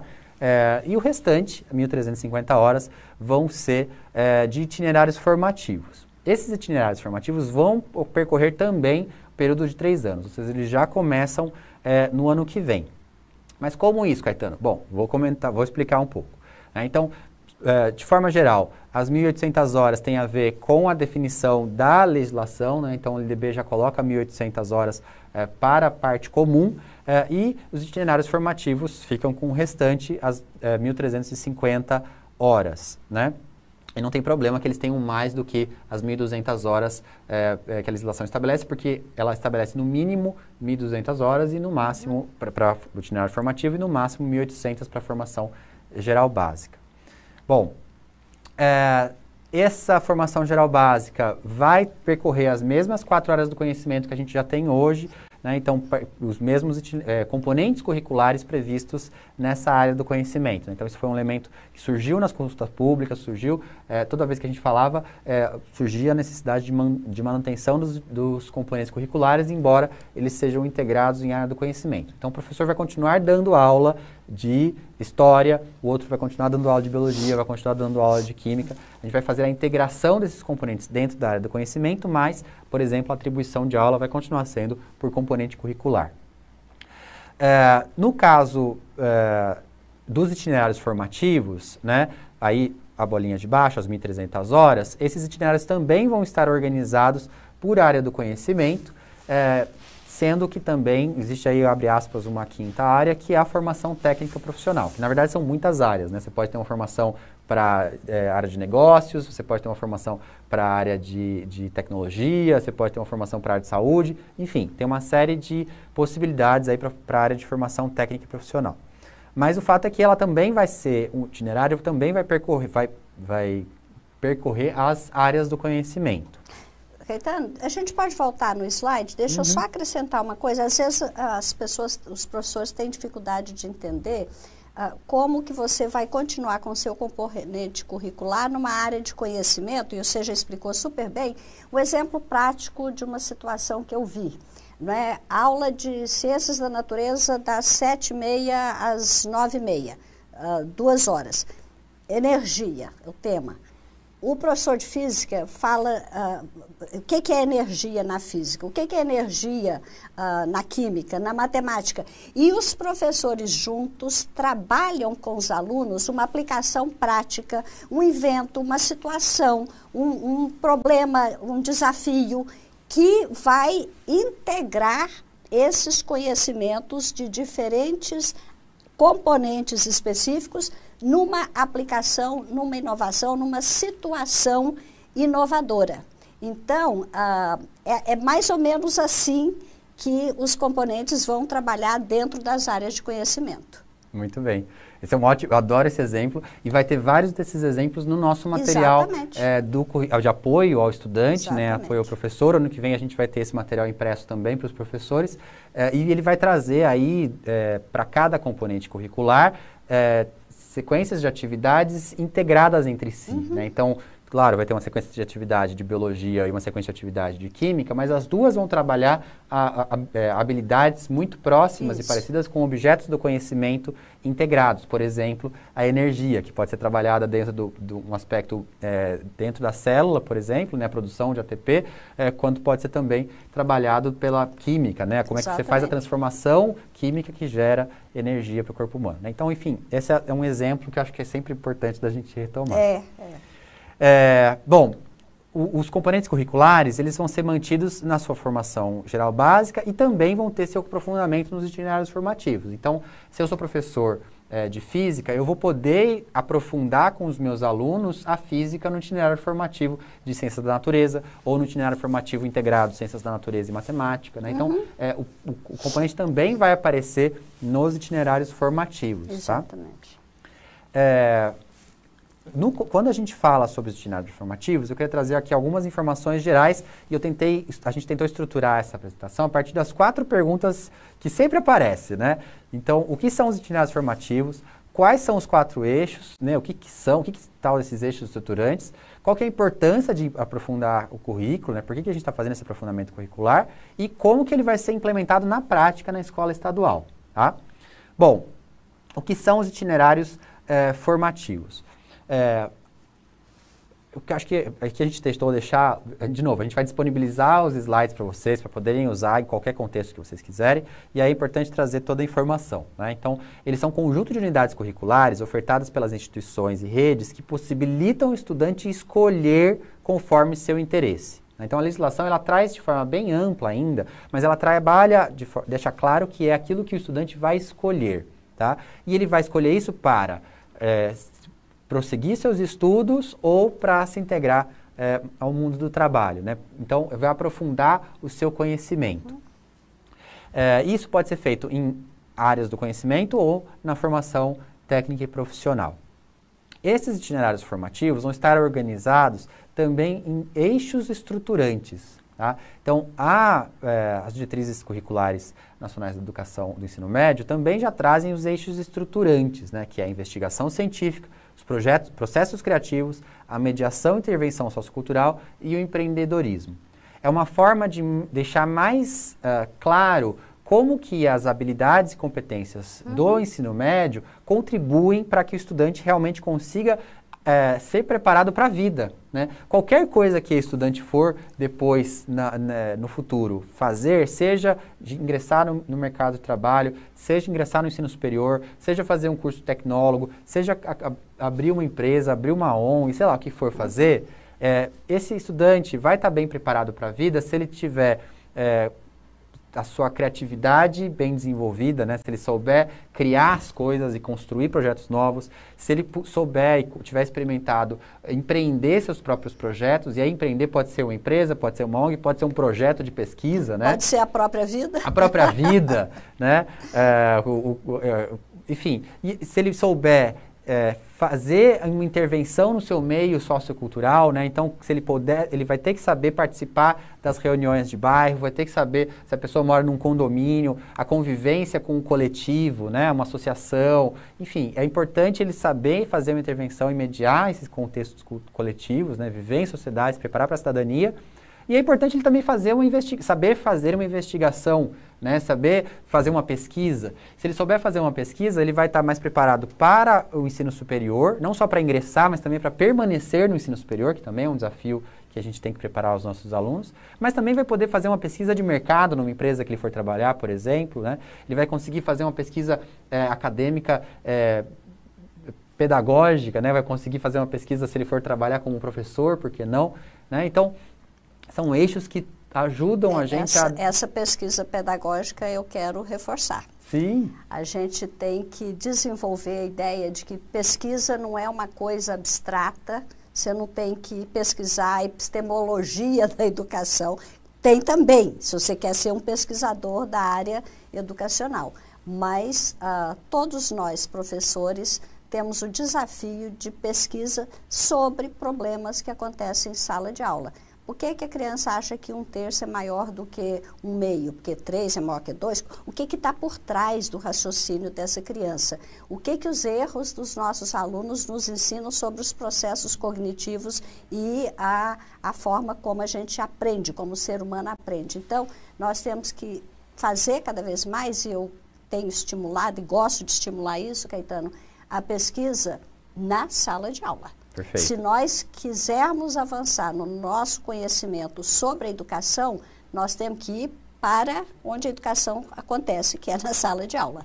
Nós temos que ter professores pesquisadores. Temos que ter professores pesquisadores cada vez mais. Muito bem. Bom, continuando a falar sobre os eixos estruturantes, eles têm que integrar e integralizar os diferentes arranjos dos itinerários formativos. Ou seja, eles também são uma forma de que o estudante, por exemplo, ao mudar de escola, mesmo que ele mude de itinerário formativo, ele também vai ter um elemento que é comum, né? Ele também, em qualquer que seja o itinerário formativo que ele vai cursar, ele vai ter esses 4 eixos, né?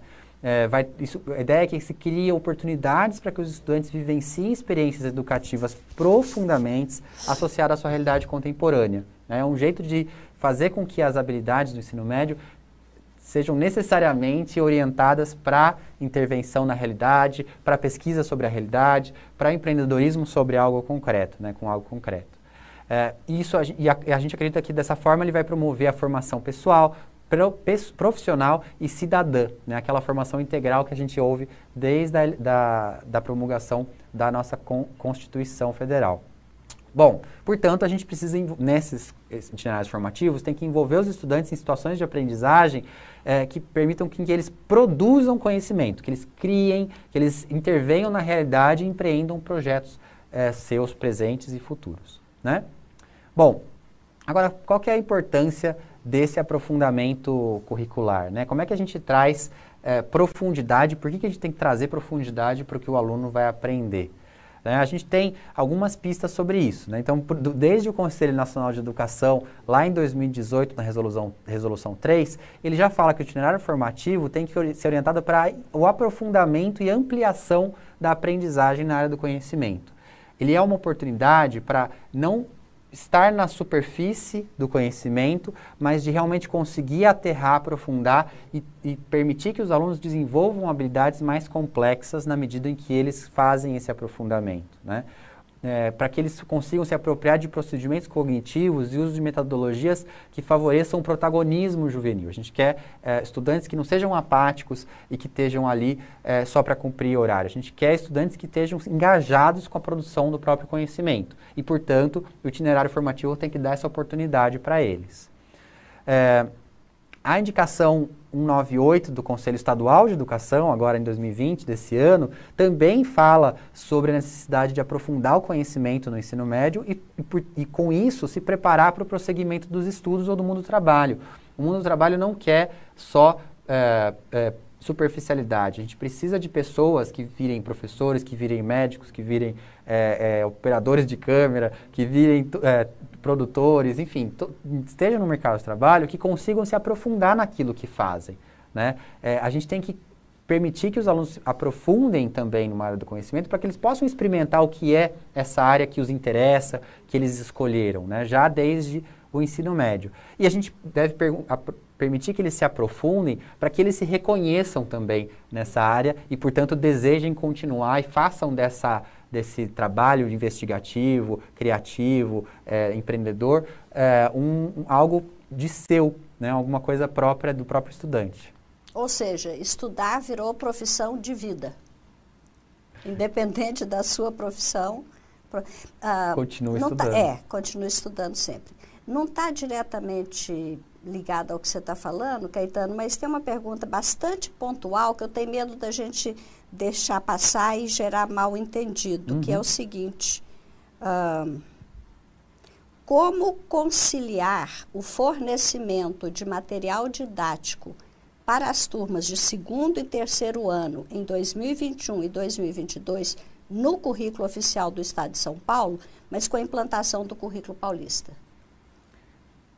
Isso aqui pode gerar mal entendido. Vou até repetir, eu também tive que ler a pergunta para como conciliar o fornecimento de material didático para as turmas do 2º e 3º ano, porque o primeiro vai mudar, 2º e 3º, em 2021 e 2022, no currículo oficial do Estado, com a implantação do currículo paulista. Perfeito. Porque, entendeu? Sim, um mal entendido fácil de acontecer e que pode gerar... Vamos lá. As turmas da 2ª e da 3ª série do ensino médio vão continuar utilizando o mesmo material didático de apoio que elas utilizaram esse ano. Então, a gente não vai mexer mais no material didático da 2ª e da 3ª série para o ano que vem. o material de apoio que eu mencionei que vai ser novo e já vai pensado nessa trabalho de área do conhecimento, as sequências de atividade já vão vir pensadas para a área do conhecimento, é o da primeira série do ensino médio, tá? Isso pensando nessa implementação progressiva, né? Então, os professores que já têm aí seu planejamento de aula, etc., vão continuar trabalhando com a segunda e terceira série como tem trabalhado e vão fazer por exemplo, as formações vão estar calcadas no desenvolvimento do currículo ainda na primeira série, no começo, né, na primeira série do ensino médio, porque a gente vai fazendo isso progressivamente, primeira, segunda, terceira série. Então, o material vai ser novo para a primeira série. Os professores vão fazer a formação, porque eles serão os professores do segundo ano depois. Sim. Mas eles têm que ter clareza de que o que está acontecendo agora continua do jeito que está acontecendo. Então, segundo e terceiro, então vai haver um período aí de dupla, né, de dupla função aí dos professores. Perfeito. Não, esse é um ponto muito importante. E aí, Raquel, acho que em 2022 a gente vai começar o aprofundamento de fato do currículo, né? Então, a gente vai ter, esse material vai ter que refletir de alguma forma essa possibilidade de aprofundamento curricular, né? Bom, voltando aqui recapitulando, né, a importância do aprofundamento que a gente estava falando, então, expandir o aprendizado da formação geral básica, ampliar os conhecimentos articulados com os temas contemporâneos, de acordo com o interesse dos estudantes, explorar potenciais e vocações dos estudantes, os estudantes poderem explorar o que eles acham que é interessante, e permitir que ele construa uma trajetória com maior tempo dedicado àquilo que ele escolheu, que tem a ver com o seu projeto de vida, tá? Então, esses são elementos aí para a professora Maria Cláudia falou em caps lock, séries. Sim, professora Maria, a gente sabe que é a primeira e segunda série do ensino médio, não o ano, desculpe o ato falho. Bom, voltando aqui a falar. Por último, quarta pergunta é como os itinerários serão implementados nas escolas estaduais? Vamos falar um pouquinho agora das escolas estaduais e do ponto de vista de, na prática, como que a gente vai implementar. E tem pergunta aqui sobre como é que vai acontecer nas PEI. Então, talvez, quando você falar isso, faça Já posso fazer essa menção. Perfeito. Bom, os itinerários formativos, como eles estão no currículo paulista, a gente tem 10 itinerários formativos propedêuticos, né? Então, são o itinerário de linguagens, o itinerário de matemática, o itinerário de ciências humanas, o itinerário de natureza, e tem outros 6 itinerários integrados, que são, se vocês forem ver, eles são a combinação 2 a 2 dos itinerários das 4 áreas do conhecimento, né? Então, linguagens e matemática, linguagens e ciências humanas, linguagens e ciências da natureza, e assim por diante, outros 6. Além desses 10 itinerários, também tem um itinerário de formação técnica e profissional, né? Então, que na verdade é um itinerário, mas que tem várias possibilidades ali dentro dele, né? Um curso técnico de enfermagem é muito diferente de um curso técnico de programação, por exemplo, claro. E os dois são itinerários possíveis para formação técnica e profissional.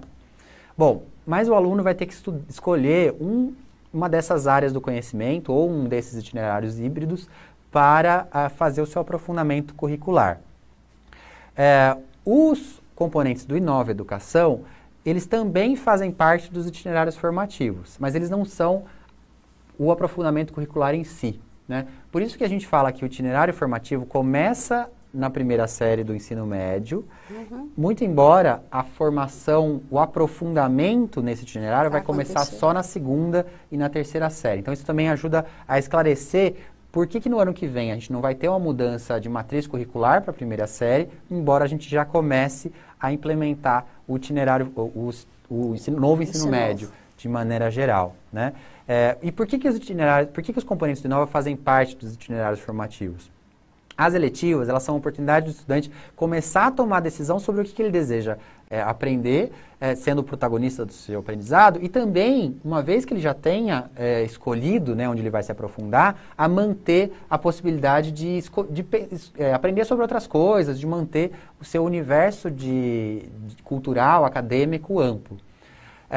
O componente de tecnologia de inovação, ele vai ser uma possibilidade do estudante se aprofundar na área de conhecimento escolhida do itinerário formativo, né? Então, é possível falar de tecnologia em ciências humanas, é possível falar de tecnologia em ciências da natureza, é possível falar de tecnologia em matemática. E em cada um desses itinerários, o componente de tecnologia vai assumir uma característica ligeiramente diferente. E por fim, o projeto de vida começa lá no 6º ano, né, ajudando os nossos alunos a refletir sobre se preparar melhor para o ambiente escolar, né, para prosseguir para os estudos do ensino médio. E no ensino médio vai continuar ajudando o estudante a ter maior assertividade na hora de escolher o itinerário, né? Então a preocupação dos professores sobre a maturidade dos estudantes para escolher qual itinerário.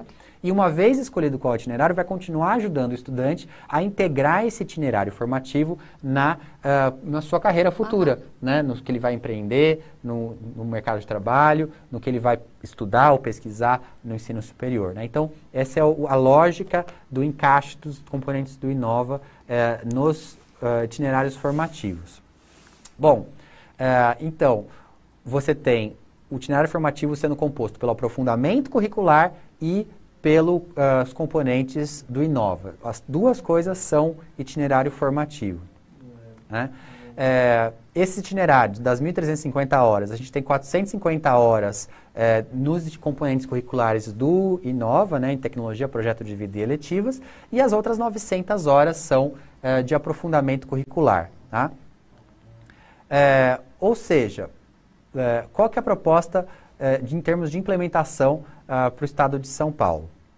Recapitulando, em 2021 a gente começa a implementação para todos os estudantes da primeira série, em 2022 começa para os estudantes na segunda série, em 2023 para os estudantes na terceira série. Tá? E aí, portanto, essa implementação é feita gradualmente. Explica que ainda tem um mal entendido aqui. O que o aluno vai optar se não haverá mudança na matriz? Essa é uma ótima pergunta, vamos lá. Vamos.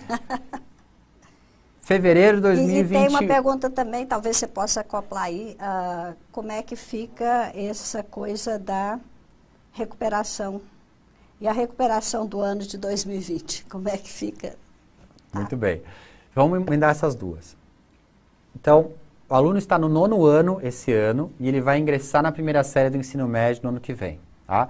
Esse aluno vai ingressar na primeira série do ensino médio e eu vou mostrar daqui a pouco a matriz curricular. Ela é a mesma matriz curricular que temos hoje em termos de número de componentes curriculares, carga horária de cada componente curricular. Tá? Ou seja, ele não vai começar o aprofundamento na primeira série. Mas ele vai, na primeira série, já começar a escolha do seu aprofundamento para realizar em 2022. Tá? Então, na primeira série, a gente vai trabalhar com o estudante, especialmente durante o projeto de vida, mas também em todos os componentes, a escolha, né, de projeto de vida desse estudante, onde ele vai se aprofundar e em qual dos itinerários formativos ele vai aprofundar. O que é obrigatório na formação geral básica? Tem várias perguntas. O que é obrigatório nessa formação? Aí, essa pergunta é importante porque ela tem duas respostas. Uma é, o que é obrigatório na formação geral básica na escola estadual? Tá? E aí, eu vou colocar aqui, pode colocar no slide, a matriz curricular diurno do ensino médio da primeira série em 2021. Né? Então, ela tem as 4 áreas do conhecimento e, dentro de itinerários formativos, os 3 componentes curriculares. Tá? Então, todos os estudantes vão cursar 5 aulas de língua portuguesa, 2 aulas de arte, 2 aulas de educação física, 2 aulas de língua inglesa, 5 aulas de matemática, 2 aulas de biologia, 2 aulas de física, 2 de química, de história, geografia, filosofia e sociologia. E vão também fazer 2 de letivas, 2 de projeto de vida e 1 de tecnologia. Ah, mas essa é a mesma matriz que a gente tem hoje? Sim, essa é a mesma matriz que a gente tem hoje e será assim pela primeira série do ensino médio. Né? Aqui a gente vai fazer um tratamento no trabalho pedagógico do professor em sala de aula para que ele seja mais integrado dentro da sua área do conhecimento, mas a matriz em termos de tempos de aula é a mesma. Então esses componentes são obrigatórios em todas as escolas estaduais que usarem essa matriz do ensino médio diurno regular. A matriz do ensino do programa de ensino integral, do PEI, é diferente dessa, mas ela também é igual à matriz que a gente tem hoje. Né? Então ela traz, além dos componentes regulares, ela vai trazer dois tempos de eletivas, 2 tempos de projeto de vida, 1 tempo de tecnologia e inovação e também, dentro do itinerário formativo, 4 tempos de práticas experimentais e 3 tempos de orientação de estudos. Tá? Então, essa é a matriz aí da PEI de 9 horas. Ela não é exatamente igual, porque no caso tem um tempo de física da PEI que a gente colocou ali para o itinerário formativo, mas Em termos de tempo dos professores, é o mesmo tempo que a gente tem hoje. Agora, nas escolas particulares, elas têm que seguir o currículo paulista, mas o currículo paulista não estabelece essa matriz curricular, né, em número de tempos de aula, por exemplo. Né? E aí a gente vai ter, eu não vou entrar aqui agora em detalhes, porque já são 11h50, mas a gente vai mandar uma orientação específica, especialmente para supervisão de ensino, né, mas para as diretorias de ensino de forma geral, sobre as escolas particulares e a implementação do ensino médio, porque elas têm sim que seguir currículo paulista e têm restrições, tem diretrizes estabelecidas na legislação em termos de o que é obrigatório ter em cada série, mas não é, a matriz curricular é específica da escola particular. Essa aqui é a nossa matriz da escola estadual, tá bom? Em 2021, os alunos da primeira série vão percorrer essa matriz curricular e vão, ao longo do ano, fazer discutir, né, se apropriar, pensar, entender sobre os itinerários formativos e vão fazer a escolha desse itinerário para o ano seguinte. Ou seja, para que isso aconteça, a escola vai ter que definir quais vão ser os itinerários que vão ser ofertados ali no caso concreto, especificamente. Isso vai depender do contexto local, do número de turmas de ensino médio, do que faz sentido para aquela comunidade, dos professores que estão ali naquela escola, uma série de fatores. A Fabiana está perguntando como vocês irão nos auxiliar na construção da proposta pedagógica. Perfeito. Contemplando o currículo. E para que isso seja feito, a gente aqui na Secretaria Estadual e nas diretorias de ensino vai apoiar as escolas para que eles se apropriem do currículo paulista e possam com isso ofertar itinerários formativos que façam sentido para seu contexto local. Por isso que a gente está fazendo essa formação geral para todo mundo, trio gestor e diretorias de ensino, e a gente vai aprofundar essa formação em novos encontros daqui para frente. E o Marcelo também está dizendo que eu penso que seria necessário que nos apresentassem tudo isso na prática.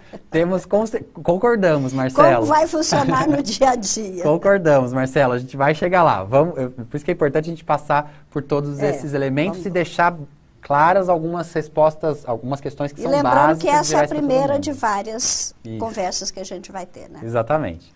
Bom, então essa formação geral, ela é para todo mundo e vai acontecer na primeira série. Na primeira série, os alunos escolhem o itinerário formativo deles e ingressam nesse itinerário formativo ingressam no aprofundamento desse itinerário formativo em 2022, tá bom?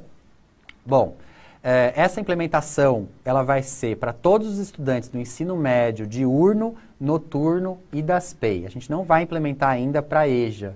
E aí, tem uma questão importante nesse sentido, que a gente precisa fazer uma adaptação curricular do currículo paulista para a EJA. Não é automático, você faz o currículo e isso se aplica de forma ipsis literis para a EJA também. A EJA precisa, e a legislação diz isso, que ela tem que ser adequada ao contexto do educando. Então, a gente vai fazer essa adaptação curricular e fazer a implementação do novo ensino médio na EJA no momento futuro. Mas, do ensino médio regular diurno, no ensino integral e no ensino médio noturno, a gente já vai fazer a implementação no ano que vem, na primeira série. Como vai ser a matriz curricular do ensino médio noturno? Esse é um ponto que a gente ainda não vai... eu não tenho aqui o slide com essa matriz.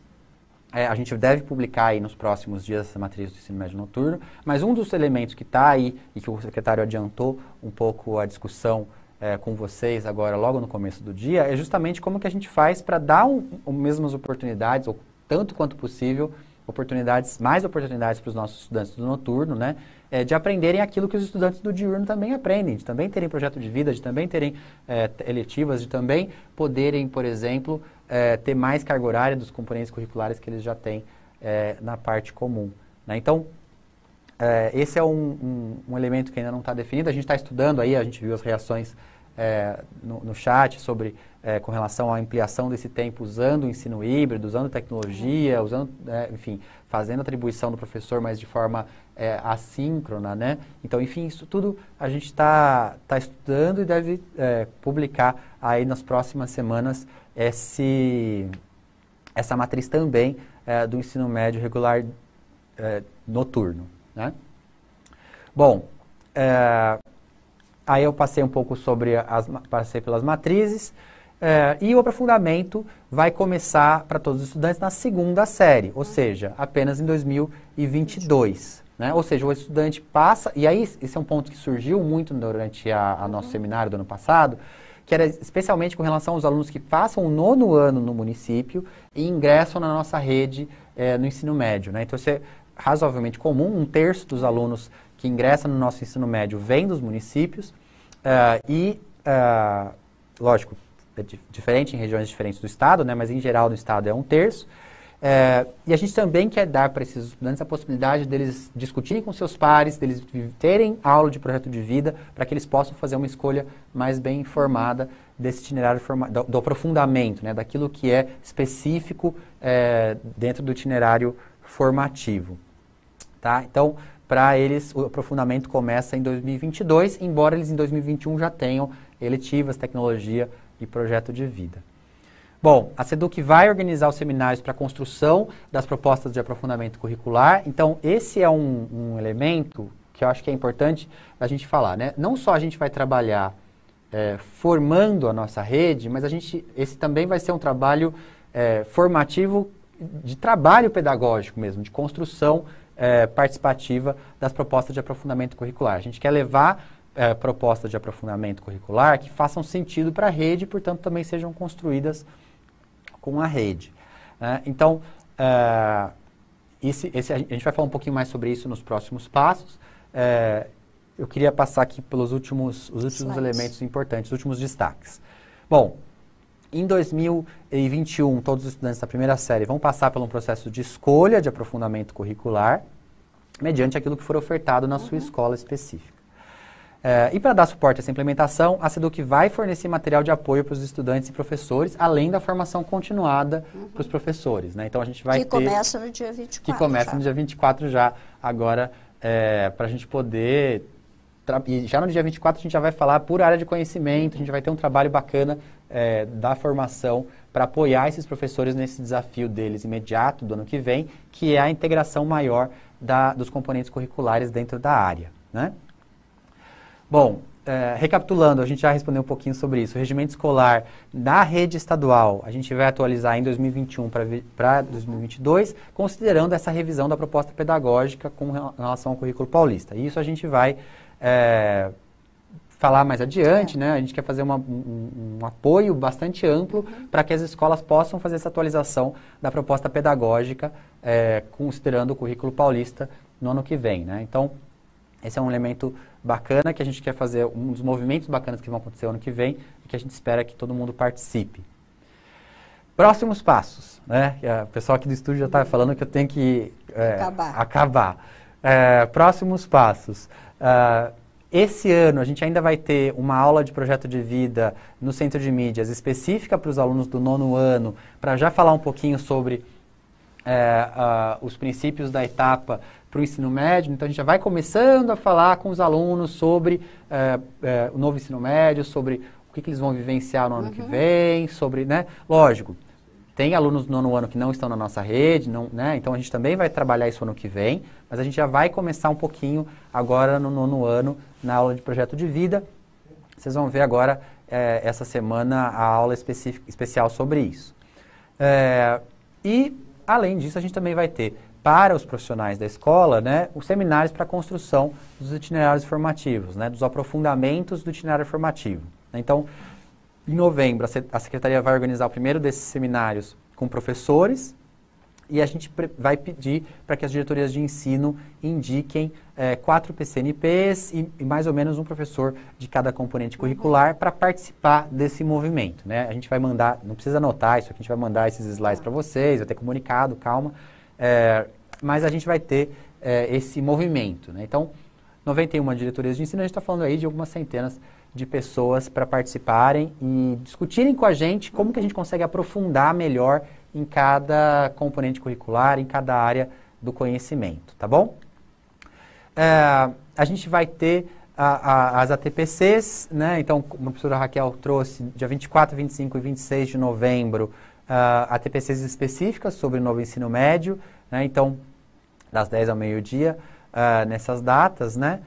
Então, aí estamos, EFAP e COPED, trabalhando para essa formação acontecer.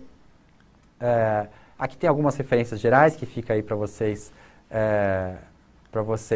ficarem depois, mas a gente vai compartilhar os slides com vocês. São 10h59. Eu queria ver, Raquel, tem mais algum elemento, alguma coisa que você queria falar para conversar um pouco com a nossa rede? A gente ficou aqui falando das 9 às 11, parece que tem tanta coisa ainda para falar. Tem, parece que tem muita coisa. Não é fazendo propaganda não, mas toda quinta-feira, de 1 às 2, pelo canal, qual é o canal, Larissa, do Reinventando? De formação de professores, tem um quadro que chama Reinventando.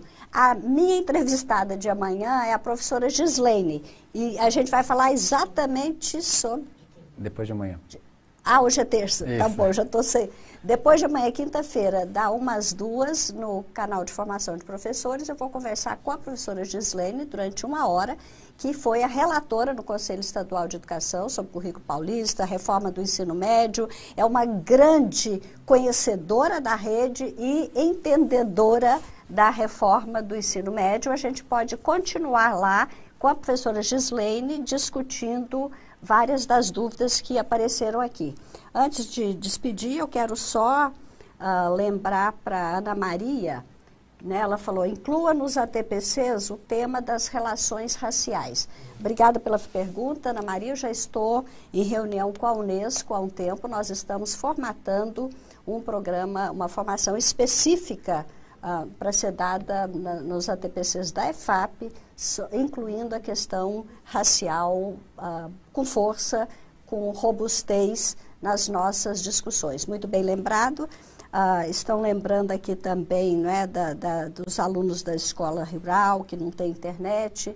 Tudo isso está no nosso foco aí das preocupações, mas por hoje o tempo acabou. Eu quero só agradecer a oportunidade desse debate e reafirmar, ele vai continuar. Temos um mega, como diz meu neto, super, hiper, mega desafio pela frente. Estamos juntos nesse. Obrigado, Raquel. Muito obrigado a todos e todas que participaram. A gente encerra por aqui, a gente vai compartilhar os slides, a gente vai mandar perguntas e respostas com todas as perguntas que ainda não conseguimos responder aqui ao vivo. A gente tem todas essas outras oportunidades para a gente continuar falando de ensino médio, no Reinventando, na formação, até na aula de projeto de vida. E a gente vai continuar, seguimos aí juntos com mais essa projeto novo e realmente vai trazer uma transformação que a gente espera que traga oportunidades novas para os nossos alunos do ensino médio. Muito obrigado e até uma próxima.